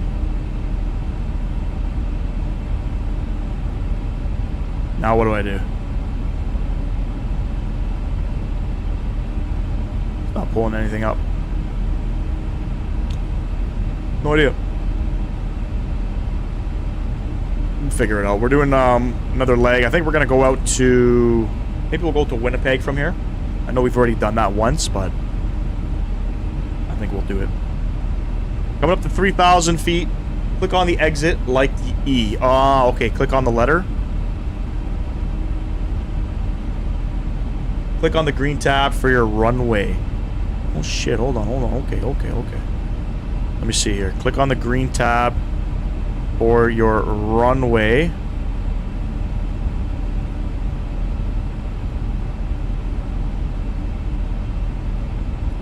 Where would I find the green tab? Like, do I have to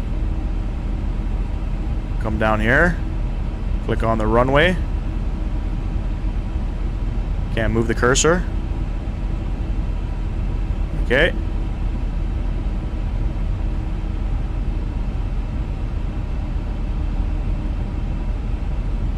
Select landing runway. Yeah, makes sense. And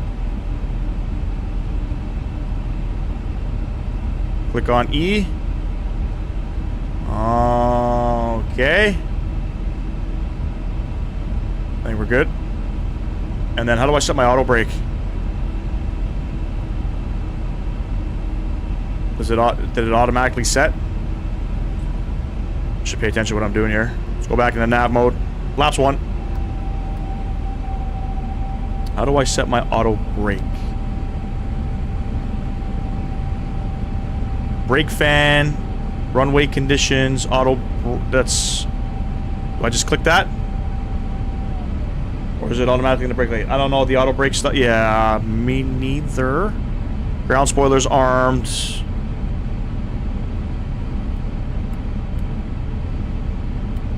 No idea.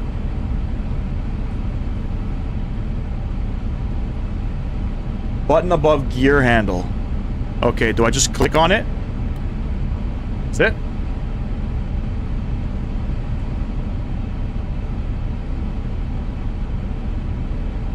$2,500. Damn, that's loud, shorty. Damn, okay. Alright, bet. Click the button. Okay, I clicked on the button. Damn, this aircraft's slowing up real fast. I guess I didn't need to go flaps 1. Did it just go right to flaps 4? No. I guess I didn't need to go flaps 1 right away. That shit fucking stops on a dime. Yes, that was it. Okay, bet. So I don't have to set. It's just an auto brake button. There's no low, medium, or max brake setting. Yeah, I'm probably going to. I feel like the airplane's slightly tilted, but that could just be my eyes. Strobe lights on, all that's on, landing lights are on. We'll get this guy on. Let's go flaps 2, gear down. Oof. Yeah, I don't know, the aircraft really slowed up fast, so I guess maybe on the next one we'll not keep it in managed.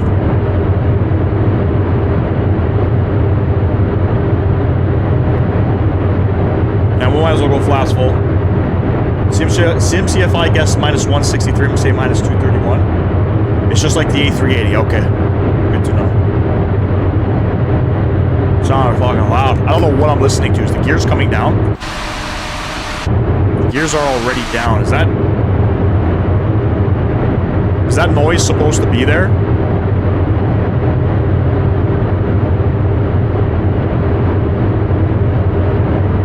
I don't know. Enjoy the landing, ladies and gents. 1,000 feet, I'll take controls. That's fucking loud, bruh. That might be a sound bug. For sure? I don't know about that. Whatever sound your plane is making, it doesn't sound good. Oh. Gears are down. I can confirm gears are down. Nose gear? Okay. My aircraft. 1,000, my aircraft.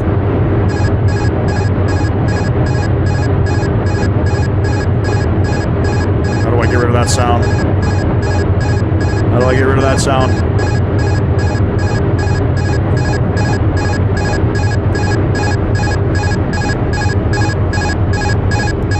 How do I get rid of that sound?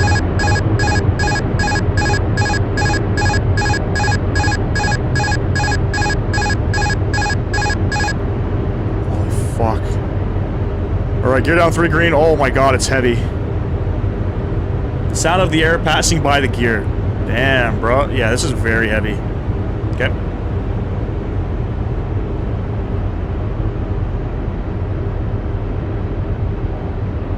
No, no.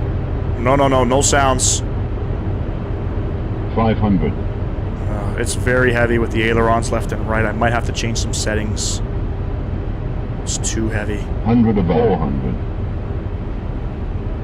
First landing in the A350, ladies and gents. Minimum 100. Continue.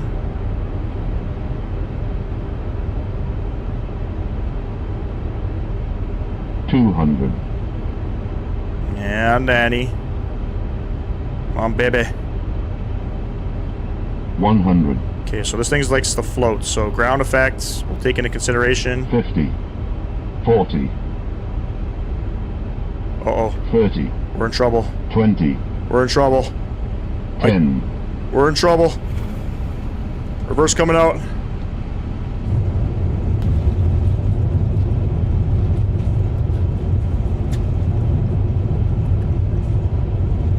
Oh, 80 knots. Oh my god. I gotta change some aileron sensitivities. That was disgusting. No, it's I'm trying to correct for the wind, so I gotta fix that. I gotta fix that.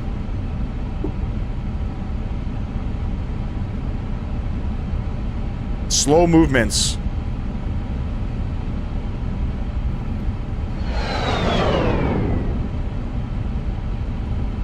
Yeah, it's not too shabby. I'll take it. You know, I can butcher the hell out of that landing. Side with the crosswind stuff is gonna fuck me up. Guarantee. All right, beautiful. Let me start slowing up here.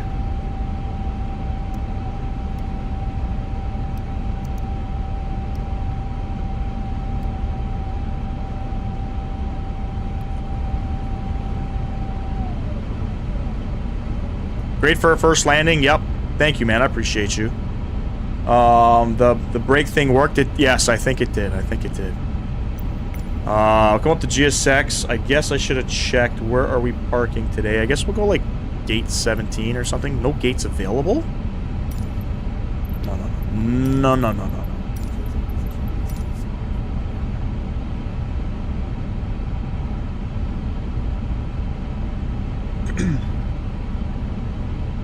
Yeah, when I park up, I'm going to change some sensitivities. It got a little happy there at the end. Couldn't control it. Uncontrollable. Fucking hell. Appreciate you guys, though, being honest. Mr. Sam Guilford, I need your... Not bad. Thank you. Okay, I was waiting for yours. The scenery looks bad. It's not... The terminal looks great. The runway lines, center lines need to be fixed. It's actually a pretty good airport. If it worked, you should have seen the message on the display. Where would I have seen it? Here?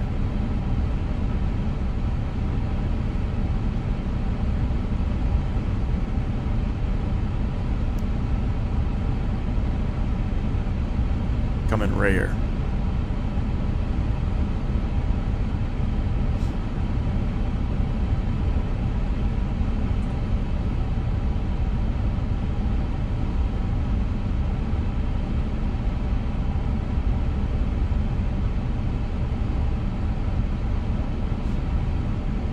See how the parking is. It's probably not going to be that great. I have no idea where center would be. Somewhere along here.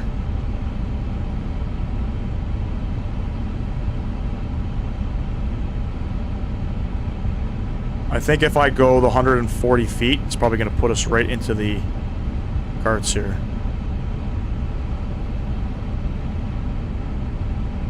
I'm gonna park it there. I don't know if the parking brakes came on. I don't see a parking brake message. But they are on. Ah, not bad. Not bad for parking. Alright. APU bleed coming on, I think. And then... APU is available. APU is on. Let's go ahead and kill these guys. Come up top here. Seatbelt lights coming off. Keep the fuel pumps on because we're doing a leg back. I think we're gonna go back to Toronto on the primary display. So it would have showed up on here. That's what you're saying. It would have say the BTV worked. You should have seen the message. Okay, I don't think I seen that, to be honest with you. The A350 is heavy airplane. That is normal. It flies very similar to the A330. I don't think it does. Not, at least not with my settings. So I think what I need to do is come up here,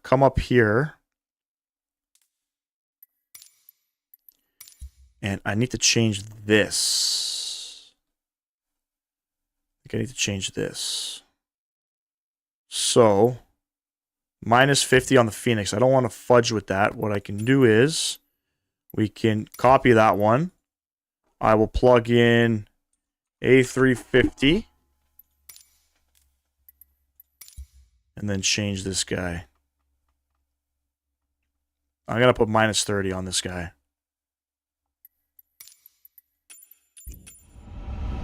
You parked right in front of the security line, and the Tim's, I think, is downstairs. I don't know why I know that. Because you're going on too many vacations, bro. That's the problem. Okay, let's see if GSX is going to do its thing. We'll operate a jetway. Jetways connect. Beautiful. Turn those sounds down. Golly. It's loud. You should be able to set dead zones in the EFB, I'm pretty sure.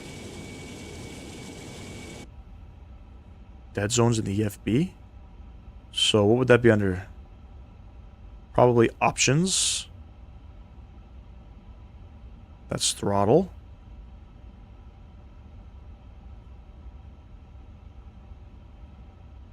By the way, did the reversers come out? Does anybody know? I should probably check that as well. Ah, we'll play with it after. I ain't got no idea. I guess we'll set up for flight number 2. If you guys want to hang around, more than welcome to. I'm going to come off cam for a bit. We're going to set it up. And let's get back on out to Toronto.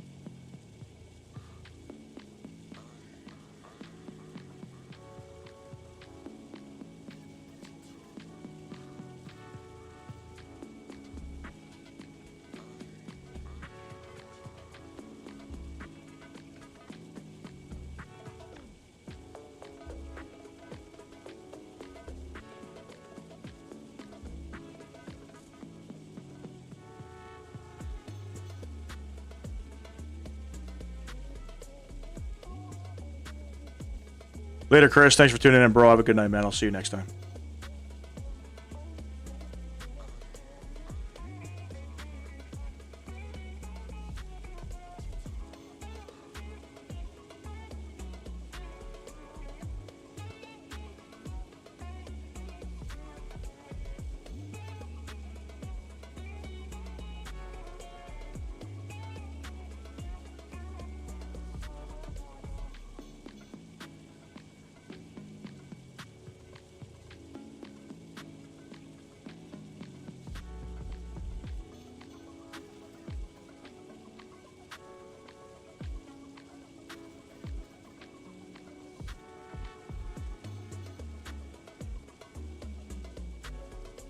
All right, let's not waste any time here. Let's see if this thing can turn around. I guess what we got to do is, I already forgot.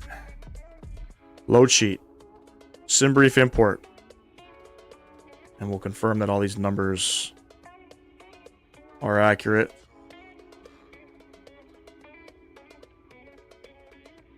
They're like virtually the same.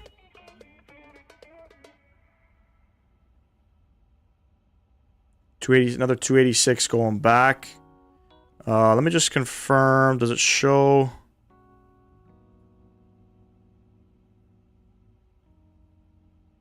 Ottawa to Toronto. Okay, so it did load up. Beauty. Ground service. We'll leave all that stuff off. I think we're okay on this end. We'll come down to the box here. We'll get this thing all set up. How about some Emirates or Turkish ops for the next stream? Maybe do an SAS flight too. Does that in the A350?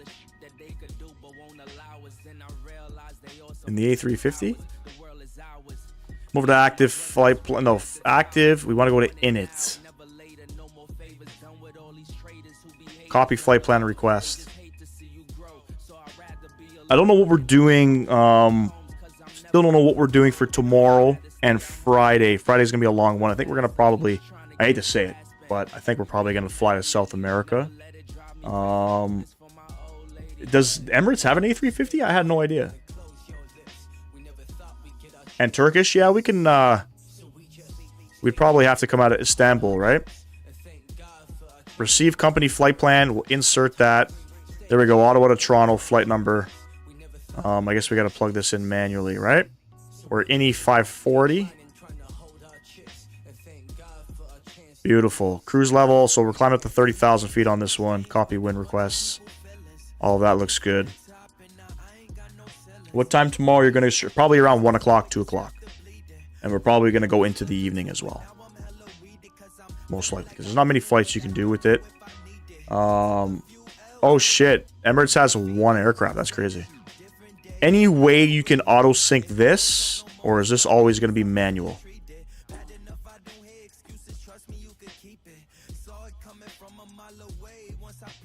I think if I hit enter, right? Is that what I was told?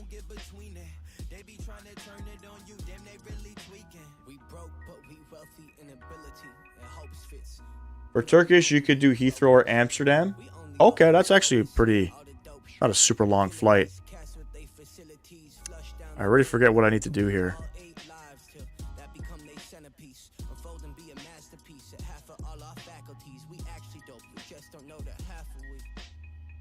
Okay, it just loaded up all by itself, so I gotta get used to that. I don't know what I did to load that up, but let me make sure it's right.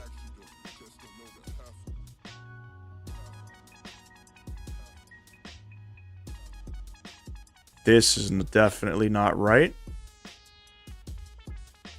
10.9 in here.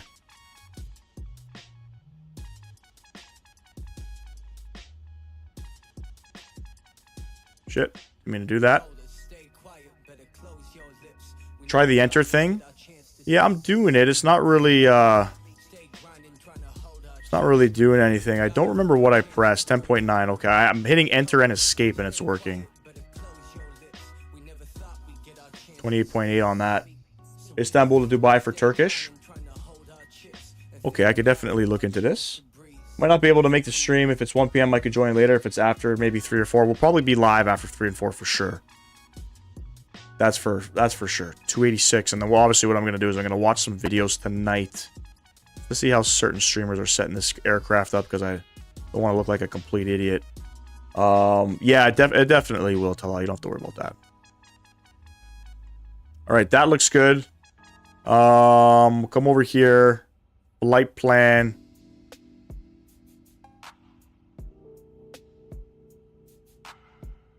Where's my flight plan?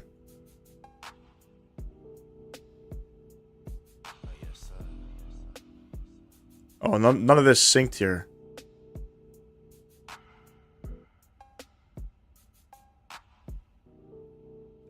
Why is this all whited out?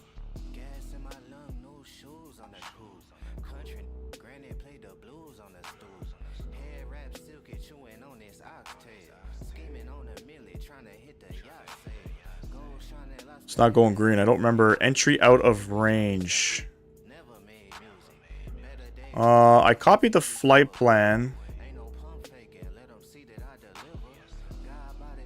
I'm definitely doing something wrong here.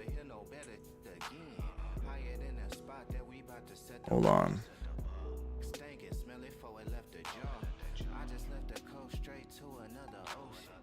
Don't know if I loaded all this. I think I did, because these are 180.6. Fuel on board, 10.9.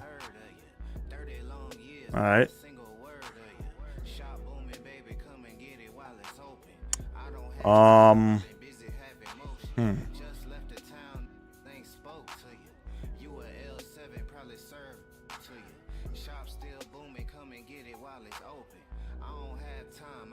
Entry out of range. Okay. Alright. I don't remember what I have to do here. Let me go to the active here.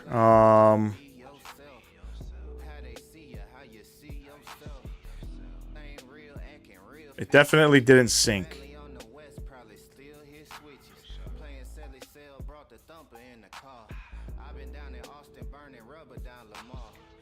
What happens if I come over here and try it? I don't know shit about this, so good luck. Me neither. It definitely didn't load up the flight plan, that's for sure, so we'll have to see.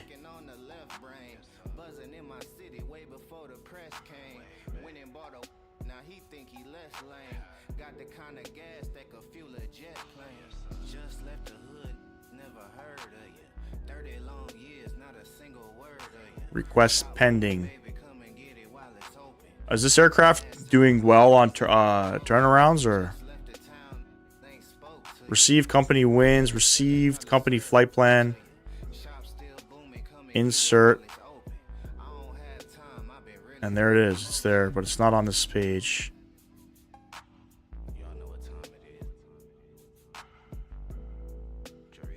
Did you load up your flight plan in your EFB? I believe I did.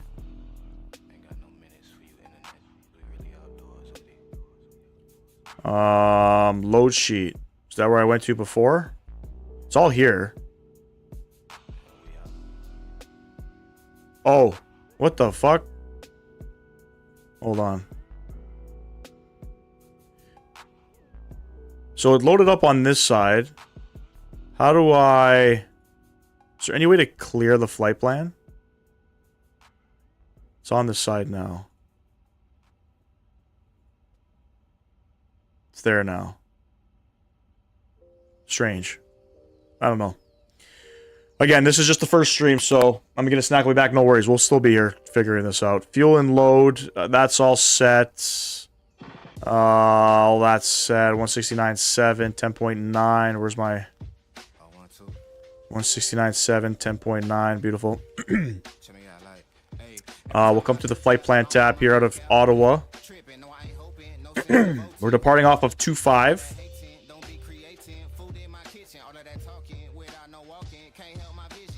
On the, there is no arrival, there's no departure, so it's probably just the Ottawa 4. No trans, we'll insert that. And then coming into Toronto, we are going to plan the Amoeba 9 for 2-4 left. This one we'll do an ILS. Amoeba 9. Tuker Transition. Nope, wrong one. This one. Beautiful. Insert that. I think we're good on that part. Beautiful. Come over to the perf tab here. And we'll get our performance numbers. Take off performance. Departure.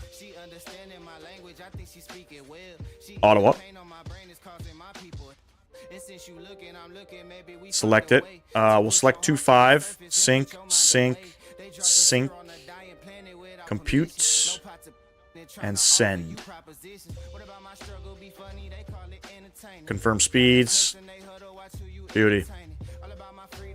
Over to the serve tab here.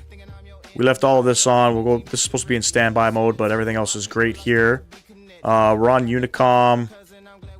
And the squawking stuff's also done through here as well. So we'll come back to the FMS1.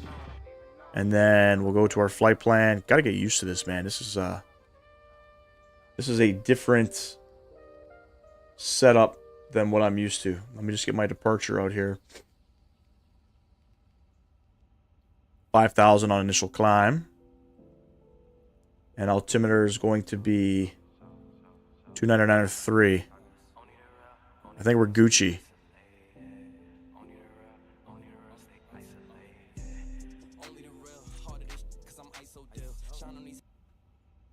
No worries, man. Your streams have a chill vibe. Take your time. I'm learning the aircraft too. Very similar systems to the A380. Been a while for me. Yeah, I appreciate you, bro.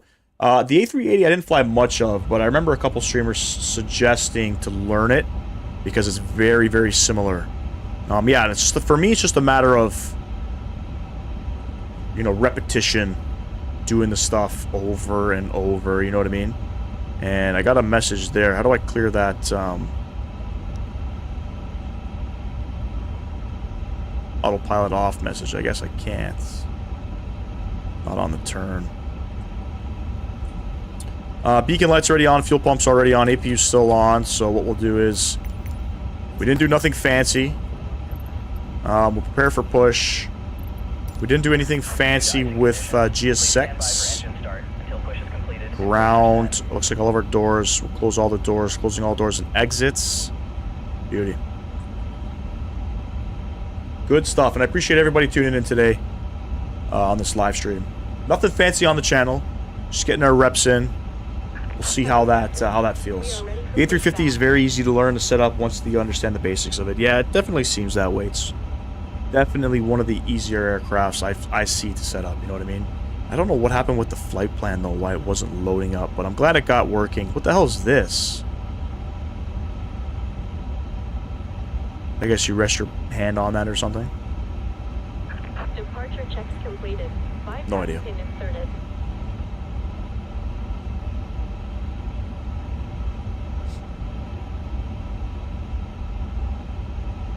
You learned it watching this? I taught you guys something? God damn. God damn. I like doing this. I like new aircraft. I like figuring out how to use it. I'll be honest, I did not watch any live streams to determine how to set things up. I'm literally treating this like an A320. Airbus made this aircraft as pilot friendly as they could. It looks that way. It's a welcome change from the usual A320 family and the 737 flights I've been doing. Yeah. Absolutely. Quick edit push. Sounds are really loud in this aircraft.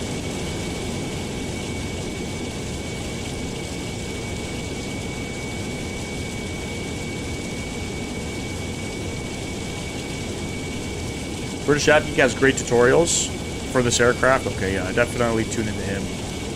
I love his stuff. Dream Fly, oh yes, I literally didn't even watch the stream. Oh, you didn't watch the stream either. Yep. I don't like to cheat. I like to just figure it out. Sometimes it's always good to go back and reference a couple things, you know? Parking brake coming off. Message list. Close that. I don't know how this message gets cleared, but anyway. Engine start position over to... Ignition start over to the start position, and engine number 2 is fired up. We kindly ask that you watch How does it differ for you compared to the fly-by-wire E380? Some of the systems are relatively the same. I noticed the difference with, obviously, with taxiing the aircraft. It feels really great on the ground. Definitely hand flying it is different. It's not super twitchy on the pitching. You know, it's not really, you can't really, I guess you can compare some things to the 8. Oh, did you see the smoke come out of there? A little puff? That was cool. Definitely hard to compare to the A380. They're two different developers, you know what I mean? But overall, you know, I guess the, what do you call, whatever you call this screen down here, the center screens, these are the same. You know, so if you fly the A380, you can work this. I really love this EFB. I don't know. I love it. Yeah, once 2024 gets going, absolutely. 100%. 100%.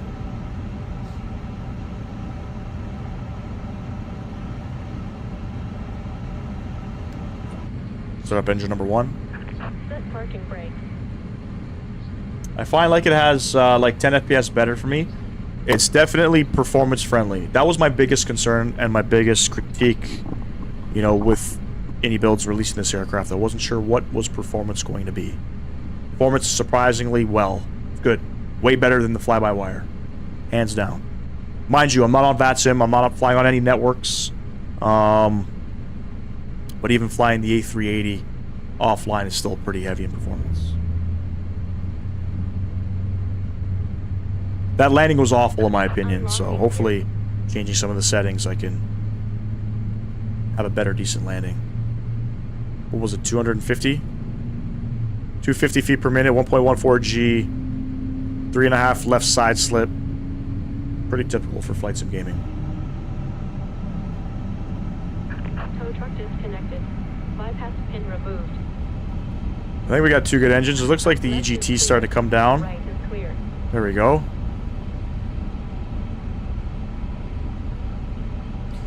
And I'm noticing that the aircraft is automatically trimming. I noticed the last one, the numbers were exact.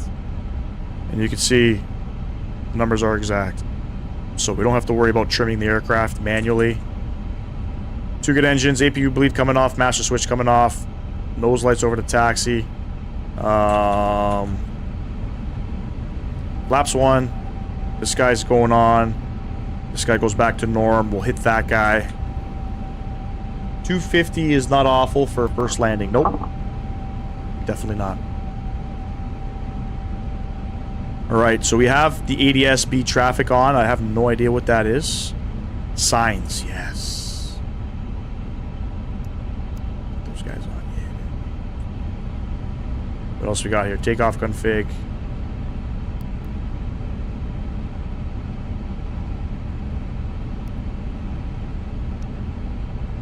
It's good. Still got that AP off button or warning light. I have no idea how to clear it. Recall all. What does that do? Guess it clears maybe these messages up there. Huh. I don't know. No idea.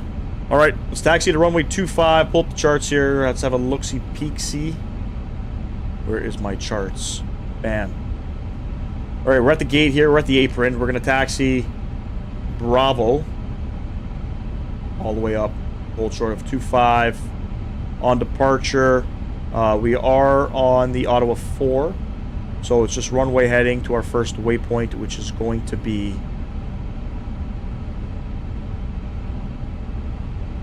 Tukir, but I'll probably go direct Tadmo instead. Probably what I'm going to do. Alright, friends, let's go ahead. Park brake coming off.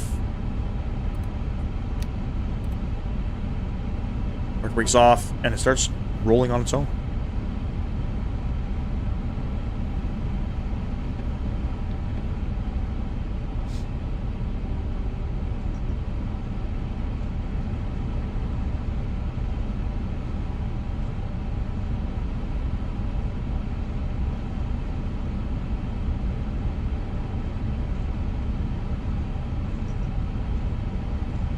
How'd that come down? Was that always down?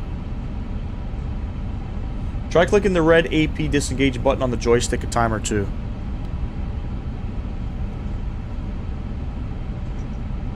Oh man, you guys are troubleshooting on the fly here. I love it. Yeah, that worked.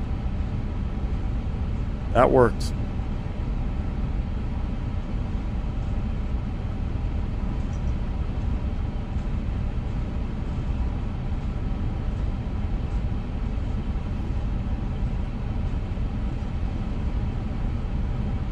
I don't know what's going on with snow. Maybe it's melting in the sim. Something looks off with that.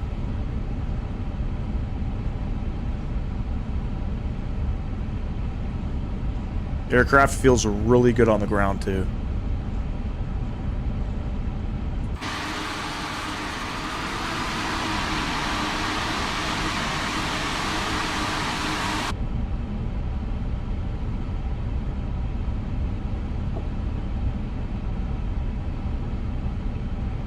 We're going all the way down.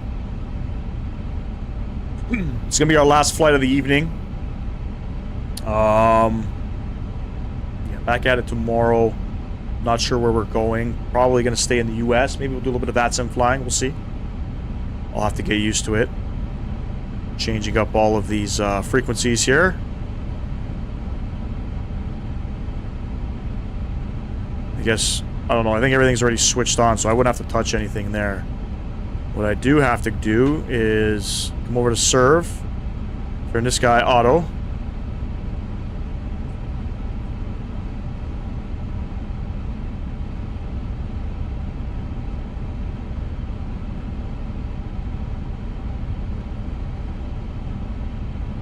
Got to sit on the brakes with this guy. We're taxiing almost 30 knots.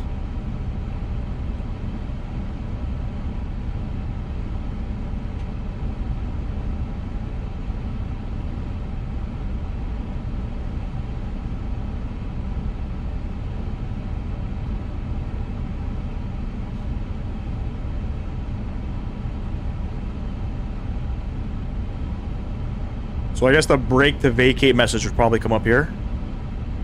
I see the brake RTO, so that's probably where it comes up.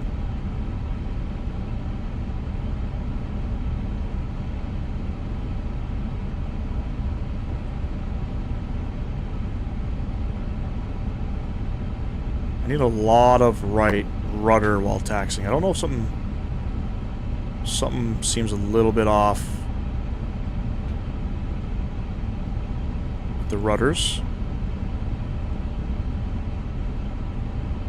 Get up to the holding point here. I'll have a look at the flight controls. Make sure nothing's sticking.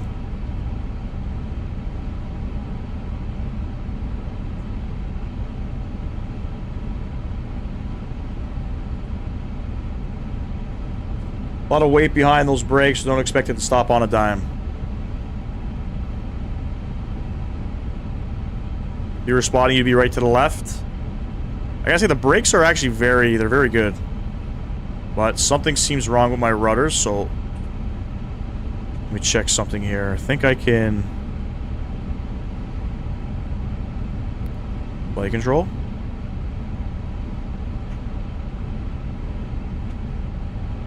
Okay. It's all good. Alright. Alright, ladies and gents. Let's go back to Tirana. We don't need that on. We need that guy on. And that guy coming on. Parker brake coming off. Let's line up this time. Let's get on out of here. On back to Toronto.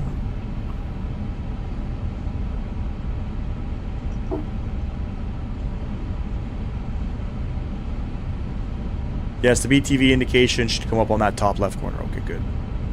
I just don't know where to lay my, where to put my eyes in this aircraft when I'm landing and what stuff I need to look at. So that's good. I need to see that that's there if I'm doing a brake to vacate. Make sure that reverse screen comes out. And hopefully I can put this bad boy up on here.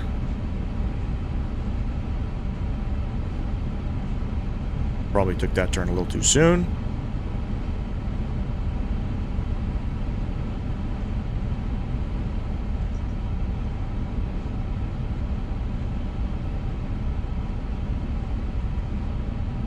Terrible.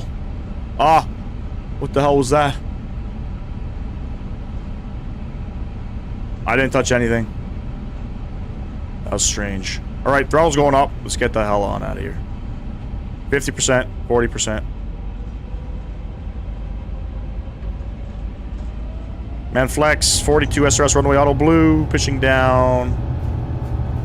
And I changed some settings, so let's see what happens. 100 knots, we're neutral, we're very light, so this thing's just wanting to go. V1. V1. Oh, baby. Positive rate. You're going up. Keep climbing that flight director. Up, up, up, up, up, up, up. Beautiful.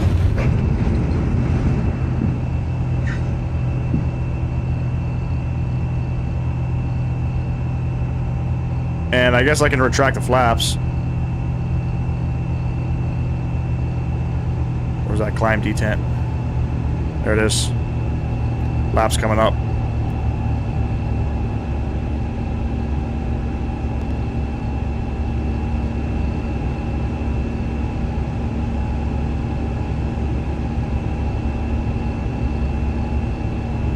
Direct Tadmo.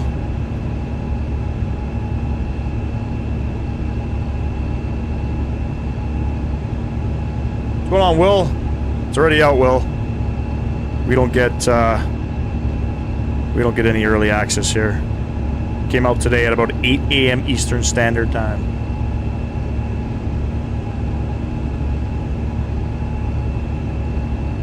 Cruising up 30,000 feet. Well, it came out yesterday for streamers. It didn't come. It came out today to the general public. Yes, sir.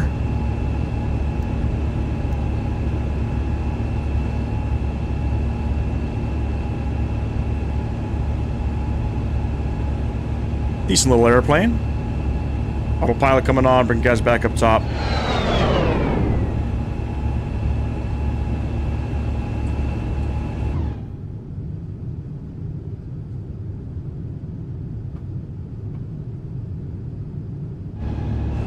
So I noticed that on rotation, the aircraft's speeding up real quick. I don't know why that is. Thought it came out midnight yesterday. No, streamers got early access to it. Came out this morning. Came out this morning to the general public. They initially had said it was going to release sometime after 10 a.m., I think. Zulu time or something like that.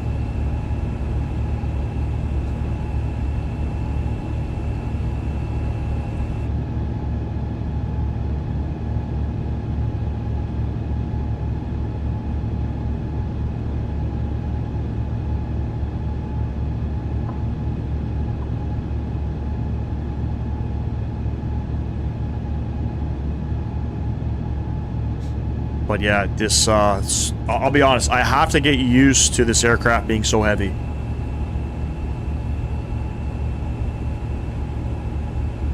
It's very heavy. It's not heavy on it's a little heavy on rotation, it's just more like when you're turning, extremely heavy. It's something I gotta get used to.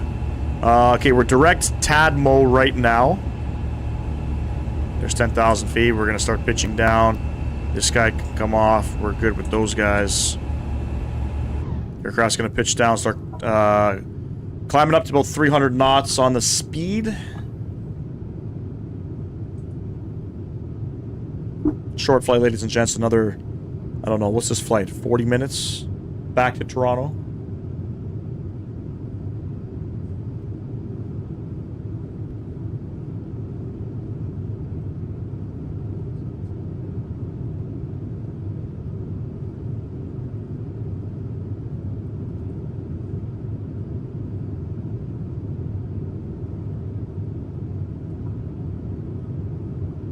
Always do our test flights to Ottawa every single time. Nice short little hop.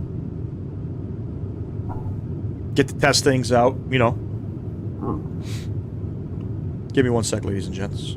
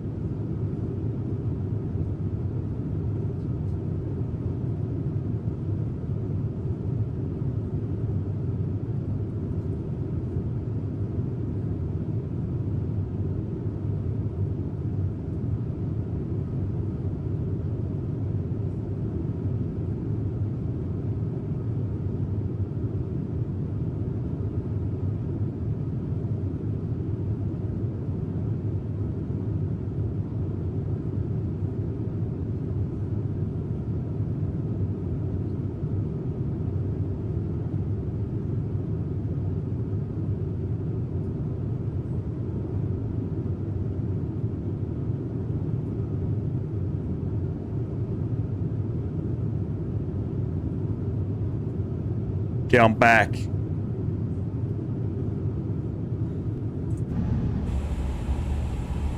Coming up on 16,000 feet. So yeah, my overall opinion, I'll be honest with you.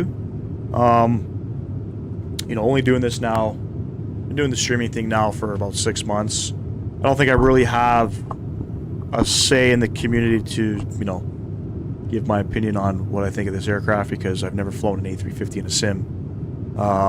You know, you're getting essentially 2 variants across 2 sims for 80 USD. One of the most expensive aircrafts or scenery, or one of the most expensive third-party add-ons for the sim. Probably worth it in my opinion. All the systems work. You know, that's a bonus, right? Systems got to work. And yeah, I mean it's definitely a great aircraft. They've exceeded my expectations 1,000% with this aircraft. You know, it's just a matter of, it comes down to how often are you going to fly it? You know, obviously, can you afford it? And is it worth investing the money to fly this aircraft if it's not something that you're going to fly often? I'll be honest, this is not an aircraft that we're going to fly too often on the channel, just because it mainly, you know, it mainly flies long haulers. Barcelona to LAX or Istanbul to Miami this weekend? Shit, I think Captain Canada's flying, he's going to LAX this weekend. I forget from where. Heathrow? Should probably tag along with him. He's doing a long one. I think we're going to go to South America with Delta. I think that's the plan. I think that's the plan. Or maybe, you know, from South America to the United States. But, yeah, well-rounded aircraft. With 2024, there's going to be some differences with the aircraft. Well, obviously, if you're into the cabin stuff, you know what I mean? It is modeled in 2024. It's not modeled in 2020. But virtually the same aircraft, you know. We'll see how it flies. Flight physics are a little bit different in 2024. But, yeah, no, good aircraft. I'm impressed, man. Gotta say, I'm impressed.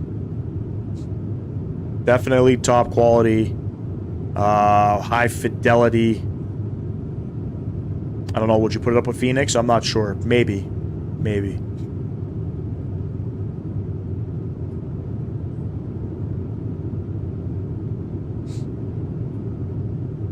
What's that flight, though, Mr. Sam Guilford? Barcelona to LAX. That's got to be 10 hours.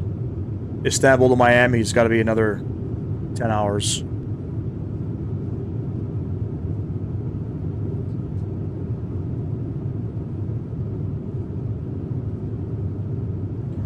Passing through 22,000 feet. We're only going to be at cruise for a short while. Lat Discon ahead. We'll clear that guy. And then I think we go here. Here. Top of descent. Not predicted yet. Wait. 55 nautical miles? Yeah, it is. Shit. We're going up to 30,000 feet. We're coming right back down. So I guess I can start plugging in some performance numbers. Barcelona to LAX is about 12 and a half hours. Yeah, bro.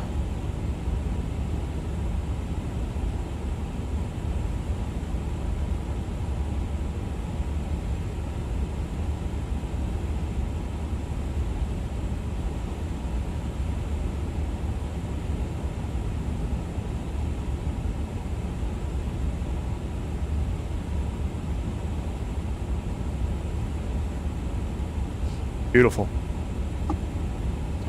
Okay, the wind's coming back into Toronto. They're 160 at 3. I think they're still landing on the 2.4s. I'm not sure, but we'll do 160. Enter. 3. Enter. It's showing 3 degrees currently. Enter. What's happening? What's happening? Return. Outside air temp. 3. Enter. Enter. QNH 29er 89. Enter. Enter. We're going to plan for the ILS 24 left approach, so that means we got to get some numbers here. Mins are 747. Love that number. Beautiful. And we'll do a flaps full landing. That's it. 42 miles.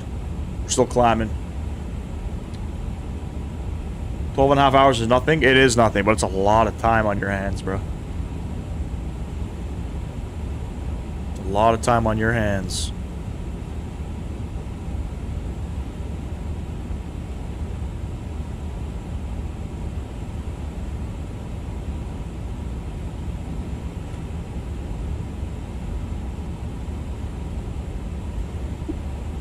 Curious to see what the VATSIM map's going to look like. Singapore Airlines, Guarantee, Virgin Atlantic, British Airways for sure. They got some of these aircraft. Qatar Airways. It's going to be lit up this weekend.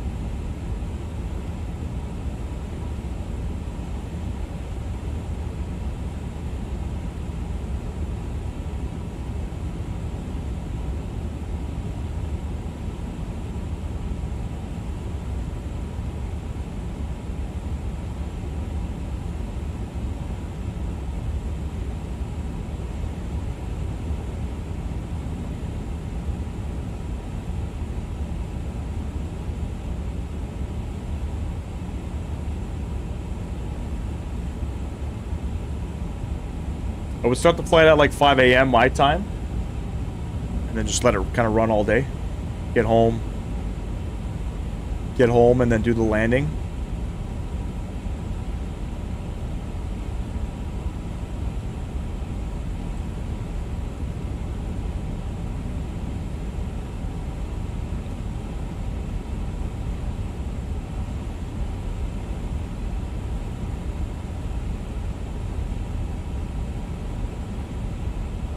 Let me get you used to this stuff here. TCAS. Budge. Budge, that message. I knew that message meant something. And I can't go back into standby. So TARA. Select TCAS and standby. Oh, I see. You get a warning message for that. Let me play with this a little bit. Let me see what this thing does. ATC comms. You can plug in some comms in here.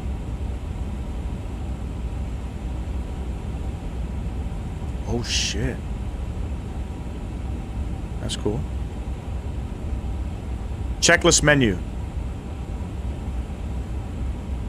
I don't work on the weekend, so I could just do my normal weekend thing and then land 12 hours later. Facts. I do the same. I start it, go do some stuff, and work, and I'd watch on Navigraph. Yep. I remember doing that too. Shit, I'm gonna have to run through these checklists.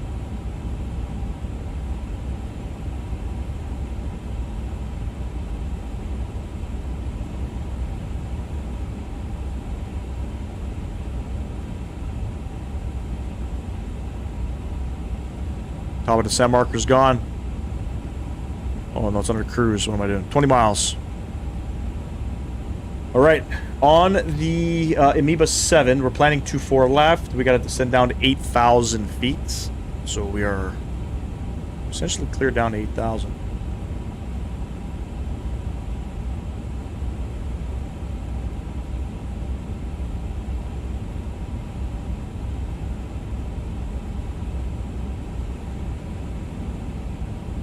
A little bit of a rough day for me at work today. Today was pretty busy for me. Back's getting a little stiff. Haven't been to the chiropractor in about 3 weeks. I'm supposed to be going every 2 weeks, but I didn't make it out the last time. Was a little delayed getting out there.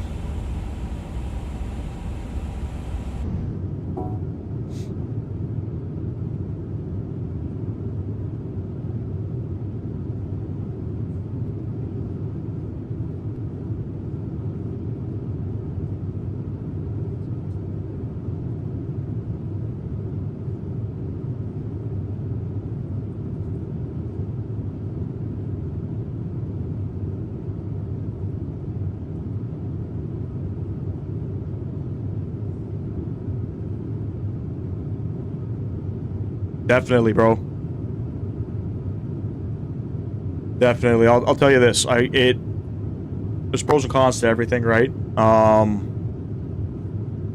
fell down the stairs in my townhouse, when you walk into the front door, to go to the main floor, you gotta walk upstairs.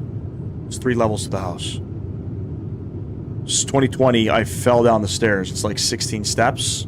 I had overslept and was like, I got up all startled and was running down the stairs because I had to be somewhere, and I had the dog's leash on her at the time. She was still a puppy. We were leash training, but coming down the stairs, her leash wrapped around my legs, and I was barely awake, and it just flung me up in the air, and I hit the floor on the back of my neck. So I had a slight fracture in my C1, C2.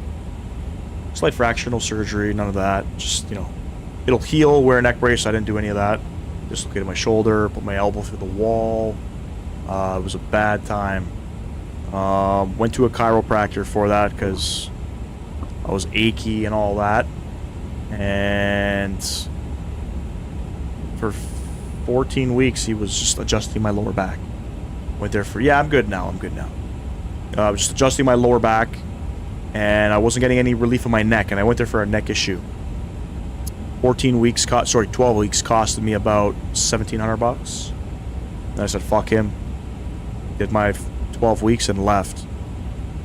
Didn't go see a chiropractor, figured all chiropractors are like that. And then I got into a car accident in October of 2023, a couple years back, close to about a year and a half ago. Pretty bad car accident. At the time, I was driving a Honda Pilot, and it got written off. I was going straight through an intersection. I had a green light, and the old man was making a left, literally hit me head on. I re-aggravated my neck, and then said, fuck it, I'm going to go to another chiropractor, spend the money, Found a guy close to my work, and literally the first adjustment, pain was gone. Literally first adjustment, no bullshit. Pain was gone. So chiropractors can help. It all depends who you go to. Obviously, the first guy, ran me for my money. The second guy, I've been seeing him now for a year. And I'll continue to see him. There's no reason for me not to go see him.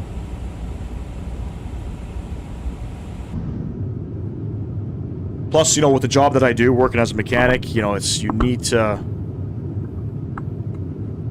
relieve some joints and things like that. A lot of times I'm like, hands in the air, just working like this, So I get a stiff neck now from the fall in the car accident. So he goes there, I go to him, and he just does what he does with my neck, snaps it back in place. I feel great for a couple weeks, and then, when you're sort of manipulating your neck and your spine and all that, naturally your joints want to fall back. Gravity, pulls down on your body and your joints, and it wants to naturally make the joints go back in its natural position. You got to keep going to the chiropractor, right? But I've seen improvements, you know, with just walking and standing. I would favor one leg over the other. I wasn't standing straight.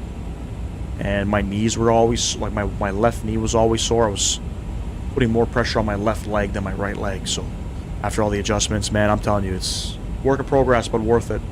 Might try it once and see if it works. Yeah, it's not something, you know, that you do one time. You got to commit to it. It's a something you got to do, you know, pretty much, I wouldn't say for the rest of your life, but you have to commit for a couple of years to get true relief, to see true results. The neck thing, I had a spot on my neck. It would act up, and I could literally move it with my fingers, and the pain would go away. If I let go, the pain would go back. And yeah, he found that. He literally found that first appointment. Said, "Are you ready? Have you had a neck adjustment?" Snapped it. Never had the pain since. Instant, gone. So he's got my money, probably for the rest of my life. Cairo is definitely worth going to. Absolutely, absolutely. He doesn't do nothing crazy. Like some guys here in Canada, they're not. You know, I don't know if you guys heard of the ring dinger, where they wrap a towel around your neck and they pull on your neck. Apparently, you can get killed for doing that. It's very frowned upon. He doesn't do any of that stuff. But all the joints, worth it, man. Elbows, shoulders, knees, toes, your hips. You know, this guy's adjusting shit sometimes. I sometimes fart. You know what I mean? He hits, I guess, one of those parts in your spine that relieve, I guess, gases and things like that. You can go to the chiropractor for, you know, issues with your bowels and stuff like that. You know, if you're super constipated, believe it or not, it's all related to your spine. There's all the nerves from your spine go up to the brain and then to everything else. And yeah, it's like the major part of your, I don't even know what the fuck I'm talking about, but it's super important. Spine health is super important. Felt like I needed a chiropractor after that Icelander Max 8 flight from Keflavik to MCO. Yeah, probably. It's expensive to, I don't know how expensive it is in the US. I have benefits, like a lot of businesses. It only covers up to $500 a year. Each adjustment's like $50. So if you know, depending on your case, if you're brand new, you probably got to do 3 days a week for probably 8 weeks, and then progressively change that. I'm down to 2 days a month. 2 days a month. So that is true. You have to find a good chiro and not the ones at the yeah, exactly. Exactly. Definitely do your research. The first chiro I went to, I did my research and he was reputable, man. I went in for a neck issue. He adjusted my lower back for 12 straight weeks. Cost me $1,700. Told him to go fuck himself. And they're calling me, you know, why aren't you coming back? Dude, I went there for a neck problem. I still have my neck problem. You know. Obviously, when you go, you don't get an adjustment right away. They got to take x-rays. They got to see, you know, how's your spine? Can we do an adjustment? Can we not? Because there's a big risk with adjusting your neck, your back. You can become paralyzed, right? So there are some good people on YouTube. I know there's this one guy I used to watch. He is from Australia and he would travel the world and stuff, but he would post his videos on YouTube. Kids would come in, you know, sick, runny nose, always congested, sick. You know what I mean? And related to your spine. Kid's head was not sitting on his body straight. You know what I mean? The guy did the adjustment. You could see all of that mucus start running out of his nose. Pretty crazy. But worth it. Expensive, but worth it. So when you first start out, it's like on average $50 an adjustment. Obviously, you work a deal with the guy if you keep going to him. I think I'm down to like $30 an adjustment now. I pay like $87 or something like that for 2 adjustments a month. Worth it. Anyway, passing through 18,000 feet, QNH coming into Tirana is 298.9. So 298.9, we'll plug that in. Left and right barrows, they're good.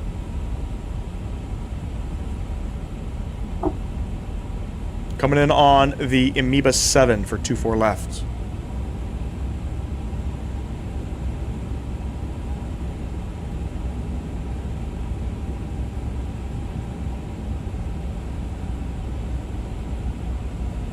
Try not to make the landing so twitchy too. I'll really try to focus on keeping the aircraft straight. The approach coming into auto is actually pretty good, except like, I don't know, 100 feet above. I don't know what the hell happened.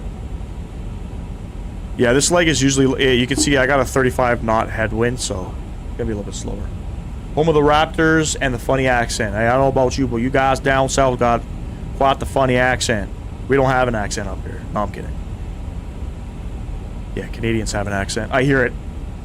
People make fun of the Canadian accent all the time. And yeah, I hear the accent, for sure.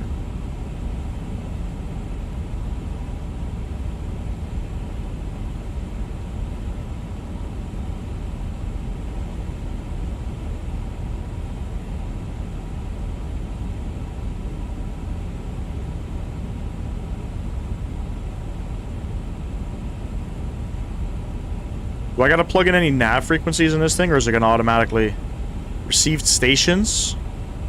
I don't even know what that means. Let's clear that. I don't think I gotta plug any nav frequencies. Let me see.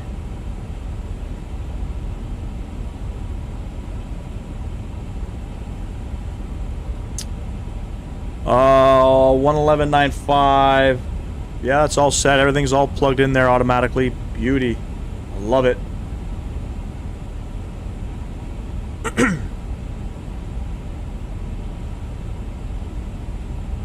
You have an Alabama accent?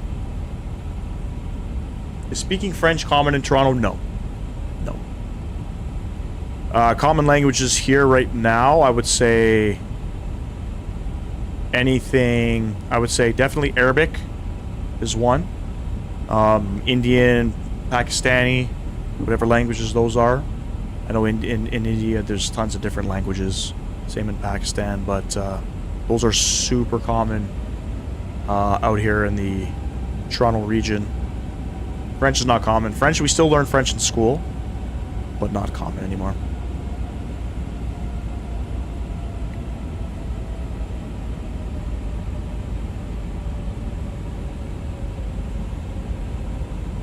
Probably out in Florida, I would say Spanish is probably the second language, if not the first language out there.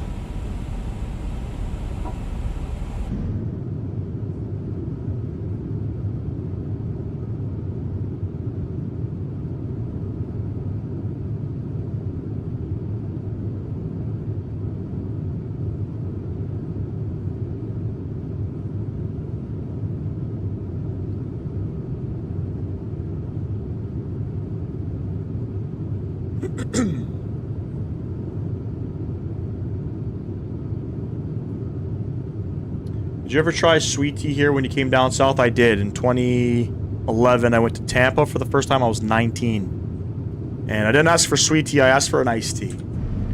Thinking I was going to get an iced tea that we have up here in Canada. Hell fucking no. That shit was nasty. I spit that shit right out. But I do like the Coke down there. You guys got... I don't know what you guys use in your Coke. If you guys... Do you guys use cane syrup in your Coke? Not sure. I know the Mexicans do. I know the Mexican Cokes use sugar cane or cane syrup, rather than those like regular sugars, you know? So your Coca-Colas definitely taste different. I love drinking Coke in the US. Here, we hear it close to the bridge, to Gatineau. That's something, yeah, exactly. Yeah.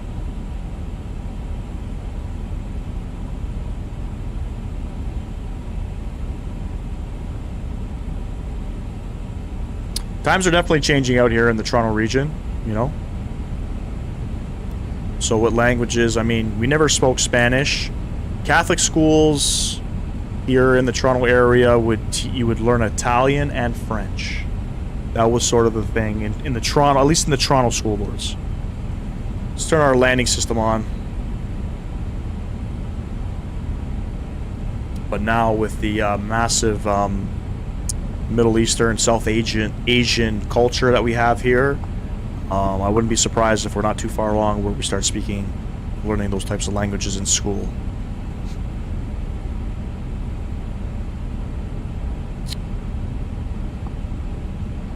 All right, passing 10,000 down to 250. I think we got to be at 220 by this waypoint here, so I'm going to go ahead and activate the approach phase. I'm not sure if this aircraft automatically activates it. Like the 320?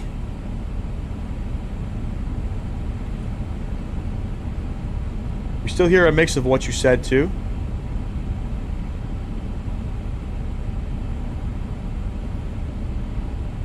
Why is that going down to 184 knots? No idea.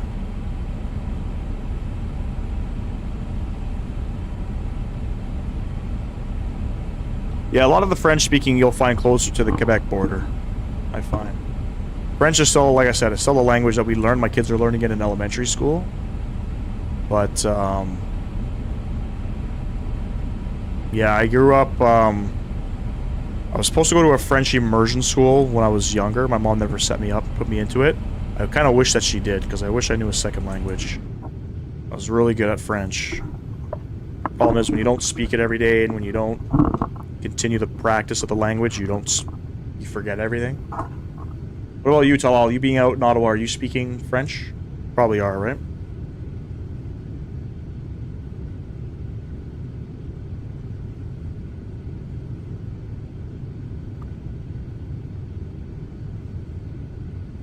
My brother-in-law is from Winnipeg, but he's lost any accent he ever had. Does he live in Winnipeg? Bonjour, comment ça va? Ça va bien? That's really it. That's all I know. I can speak some Spanish, but not much.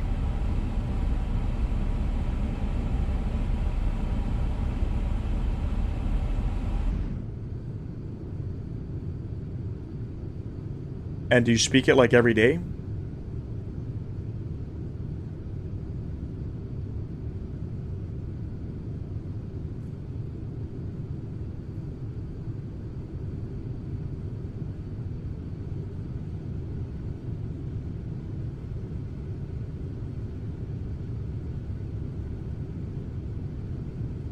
Yeah, our Coke here in Texas is mainly the Mexican Coke made with the real sugar. Yeah, with the cane. The real cane sugar. I love the taste of it.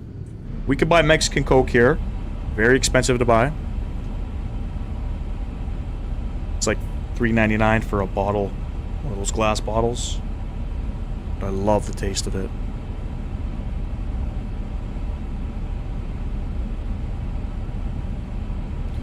Alright, passing 8,000.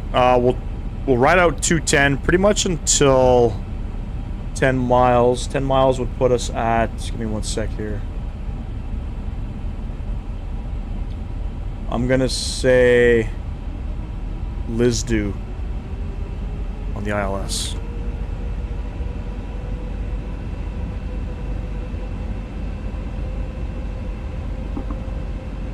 Shit. Let's go down to 3,000. Back into the VNav.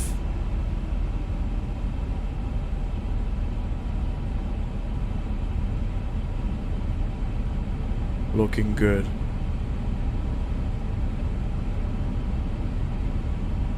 I mean, you're pretty far away from Mexico, so that makes sense why it's expensive. True.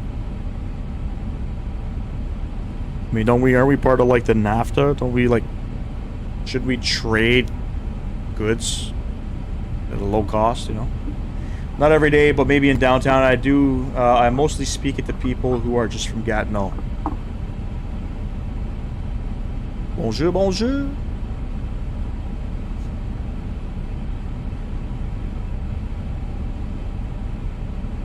Shit, auto brake. I gotta set that. Put that guy in there, beautiful.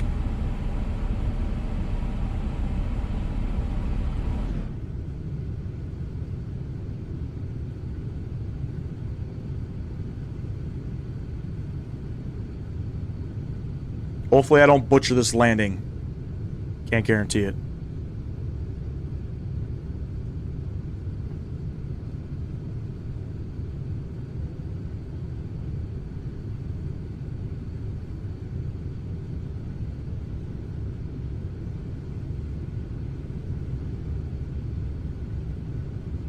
What the fuck?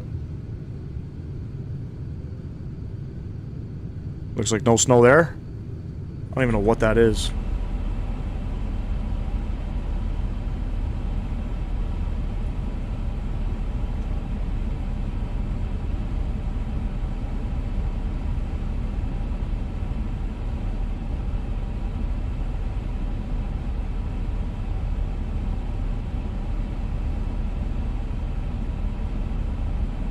Cabin ready. I gotta hit something for that. Click that guy. Beauty. I love the curved winglets on the 350. I know, I love it too, man. It's really like, you know, making me like it a little bit more. Maybe we'll take this thing into like Papua New Guinea, you know? Land in Goroku or something.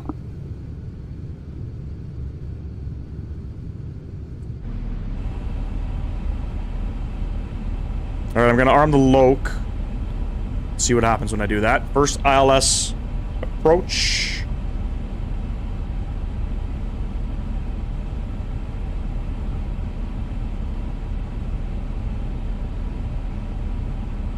Turns nice and subtly, if that's even a word.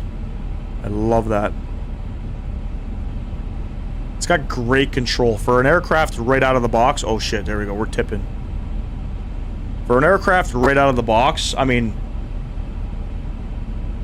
I'm trying to think if I had an airplane that didn't work right out of the box. I did. I think Phoenix was the only other one, but every other aircraft I've ever purchased... any of the PMDG stuff... right out of the box, couldn't fucking turn the aircraft on.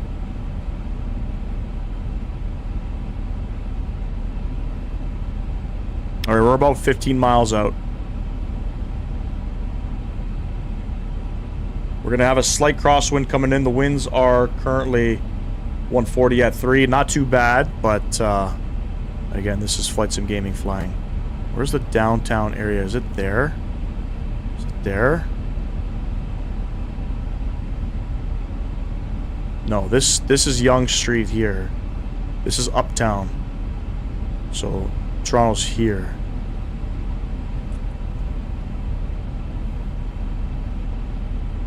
I love flying into Fly Tampa, Toronto.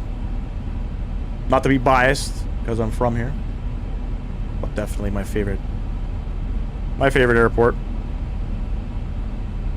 There's glide slope. Smack that approach button.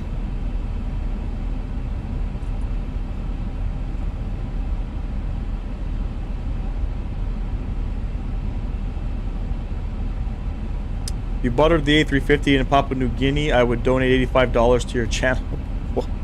No, that ain't happening. You know that ain't happening.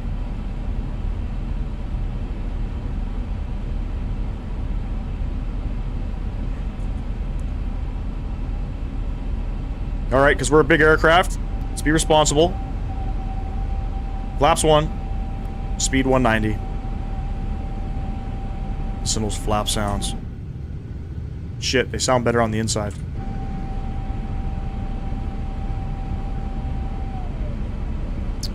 Missed approach altitude coming in here. I think it's 3,000, and it is.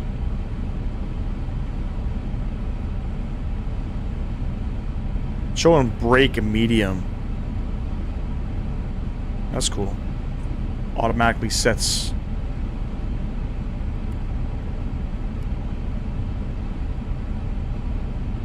$2,500.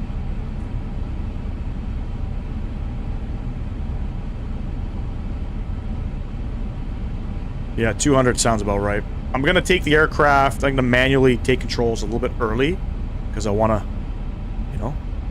Actually, you know what? Take the aircraft now.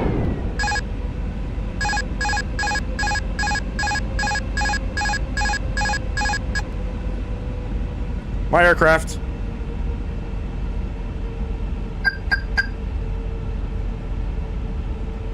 And flaps 2. Speed 170. 170 until Curex.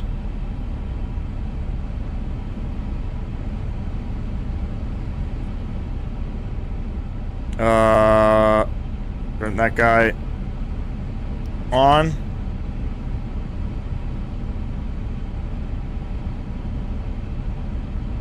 Pay attention here.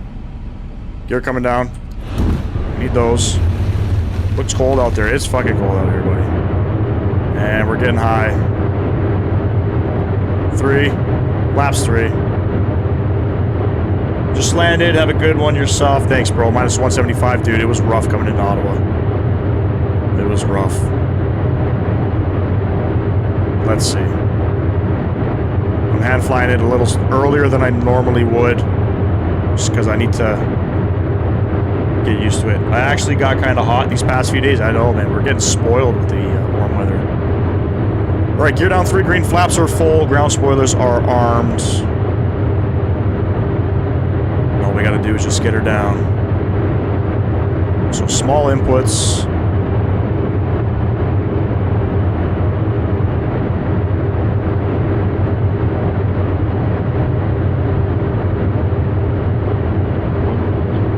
Check. Got a slight crosswind here, about 2 knots, coming from the left.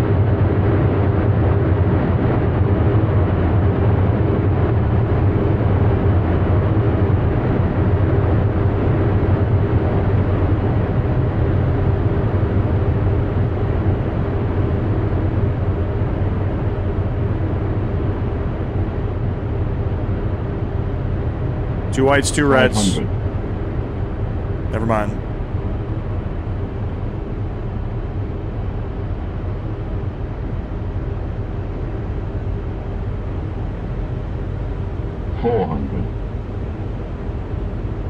Yep. I'm doing exactly that. 300. 100 above.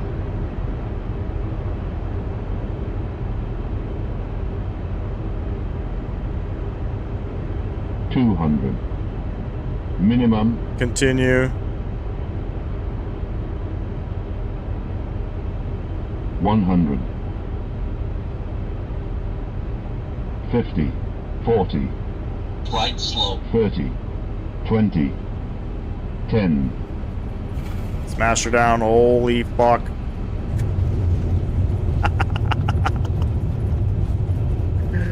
Oh, we fucked her there.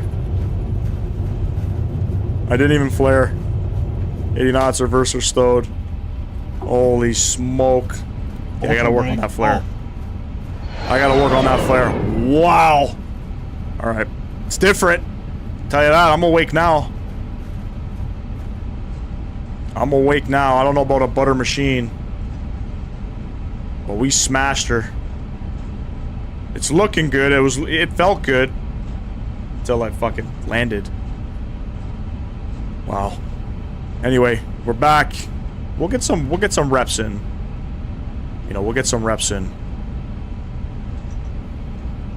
Minus 436.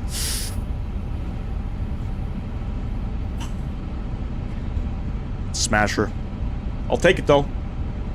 You're right, I can understand the small movements. Totally get it.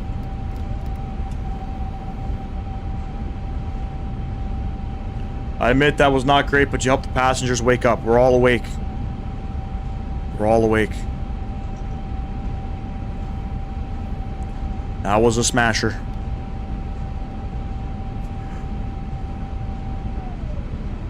Better than Delta the other day? Yeah.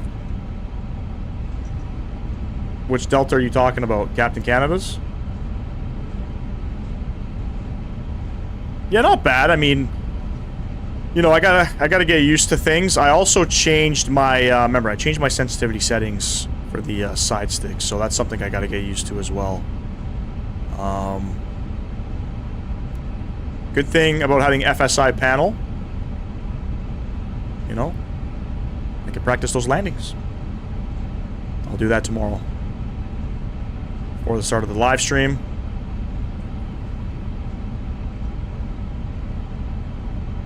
We'll work on it. I think he means the upside down one. Oh, the one in Toronto? CRJ? Yep. That was, something else. No, the CRJ. Yeah. Yeah, that one was serious. Didn't see a flare on that one for sure. I have no idea what gate we're going to. We'll just pick any gate. Take one of the gates at Terminal 1.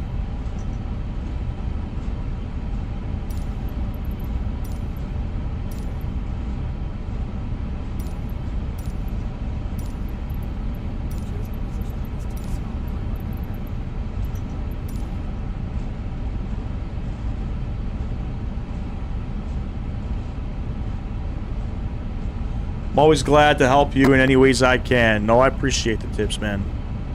Definitely, that's a great tip. You need subtle movements. Subtle, like, because realistically, that's like very little movement on the side stick. You can see the cursor. It's not much. It's not much at all. Alright, I think I gotta... So what's part of the checklist here? We turn this guy to standby. Confirm that. Good. We're looking for alpha. I don't know which one's alpha. Does FSI panel work with any plane, or do they have to add support for it? So they will add support for every plane. For some of the bigger names, like this one, there's no support for this one yet. But you can load up any plane, essentially, and it will sort of do its thing to load up where you can land it. Some aircrafts are slightly broken. I remember the E-Jets. I had some issues with the E-Jets before they were supported by FSI panel.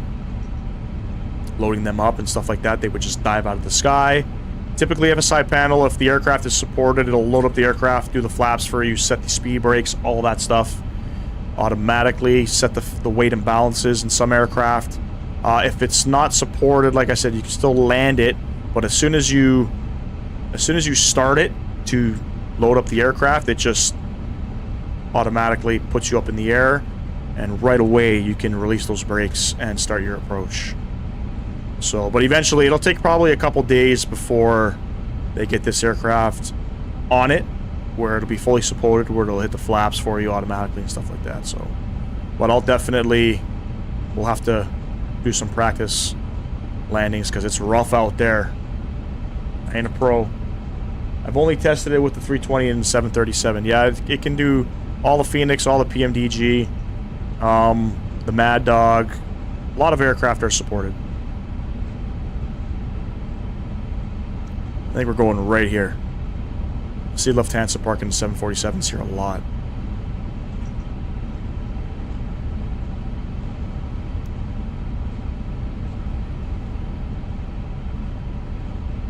I think we're going here. Shit, I don't... Yeah, I think we're going here.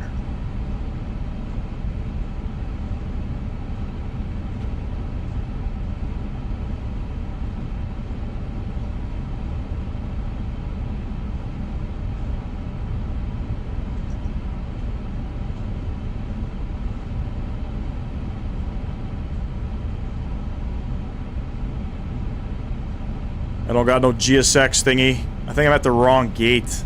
Oh, there it is. Shit, brakes are a little sensitive. User error, as always.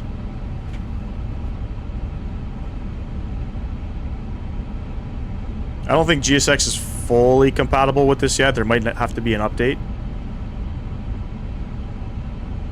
And... park it there. I don't hear any parking brakes as well. APU bleed coming on.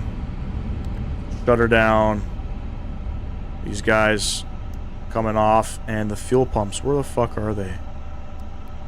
These guys. Beacon light coming off. Beautiful.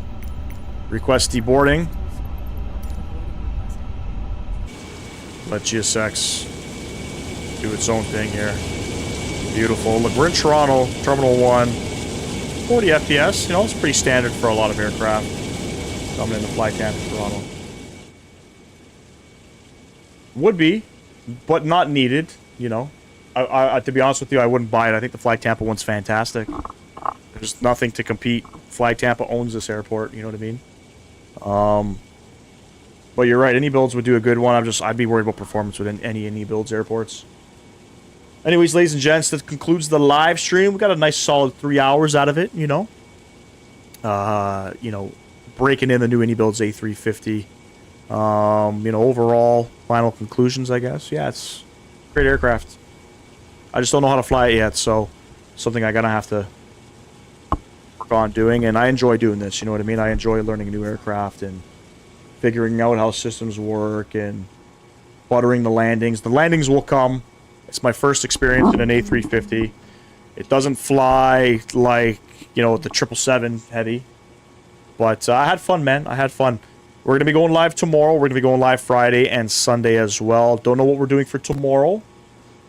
You want to see the 1000 tomorrow? Okay, so we'll hop in the 1000 tomorrow. I don't know if I'm going to be doing any real-world routes. Might not be on VATSIM. You know, I don't typically fly on VATSIM if I'm not super comfortable with the aircraft, but... yeah, I seen the message there. So I originally was going to, and then on my way home... So I left work early to do this, and then on my way home, something had come up, so I wasn't going to go live, but made time. You know, we were able to come out. But, yeah, had fun doing it. Big shout out, Mr. Sam Guilford, Talal, SimCFI. Appreciate you guys coming in. Obviously, Christy with the joining the Maple Leaf Lounge. Big ups to you if you're still here. I think you went to bed. Who else we got in the chat? Stand by. Arco, appreciate you tuning in. David Weiss or Wise, thank you for tuning in as well. What else we got in here? I think the Carib Fly guy. Where is he at? Carib Fly, appreciate you if you're still in here. Thank you for tuning in. If I missed anybody else, thank you. I'll see y'all tomorrow, probably around 1 p.m. or 2 p.m. Could be earlier, but I'm aiming for around 1 p.m., 2 p.m. I got some things to do in the morning, so hope to see y'all there. Hopefully it'll be a better one. Appreciate you guys coming out. Catch y'all on the next live stream, ladies and gents. Enjoy the rest of your evening. Peace.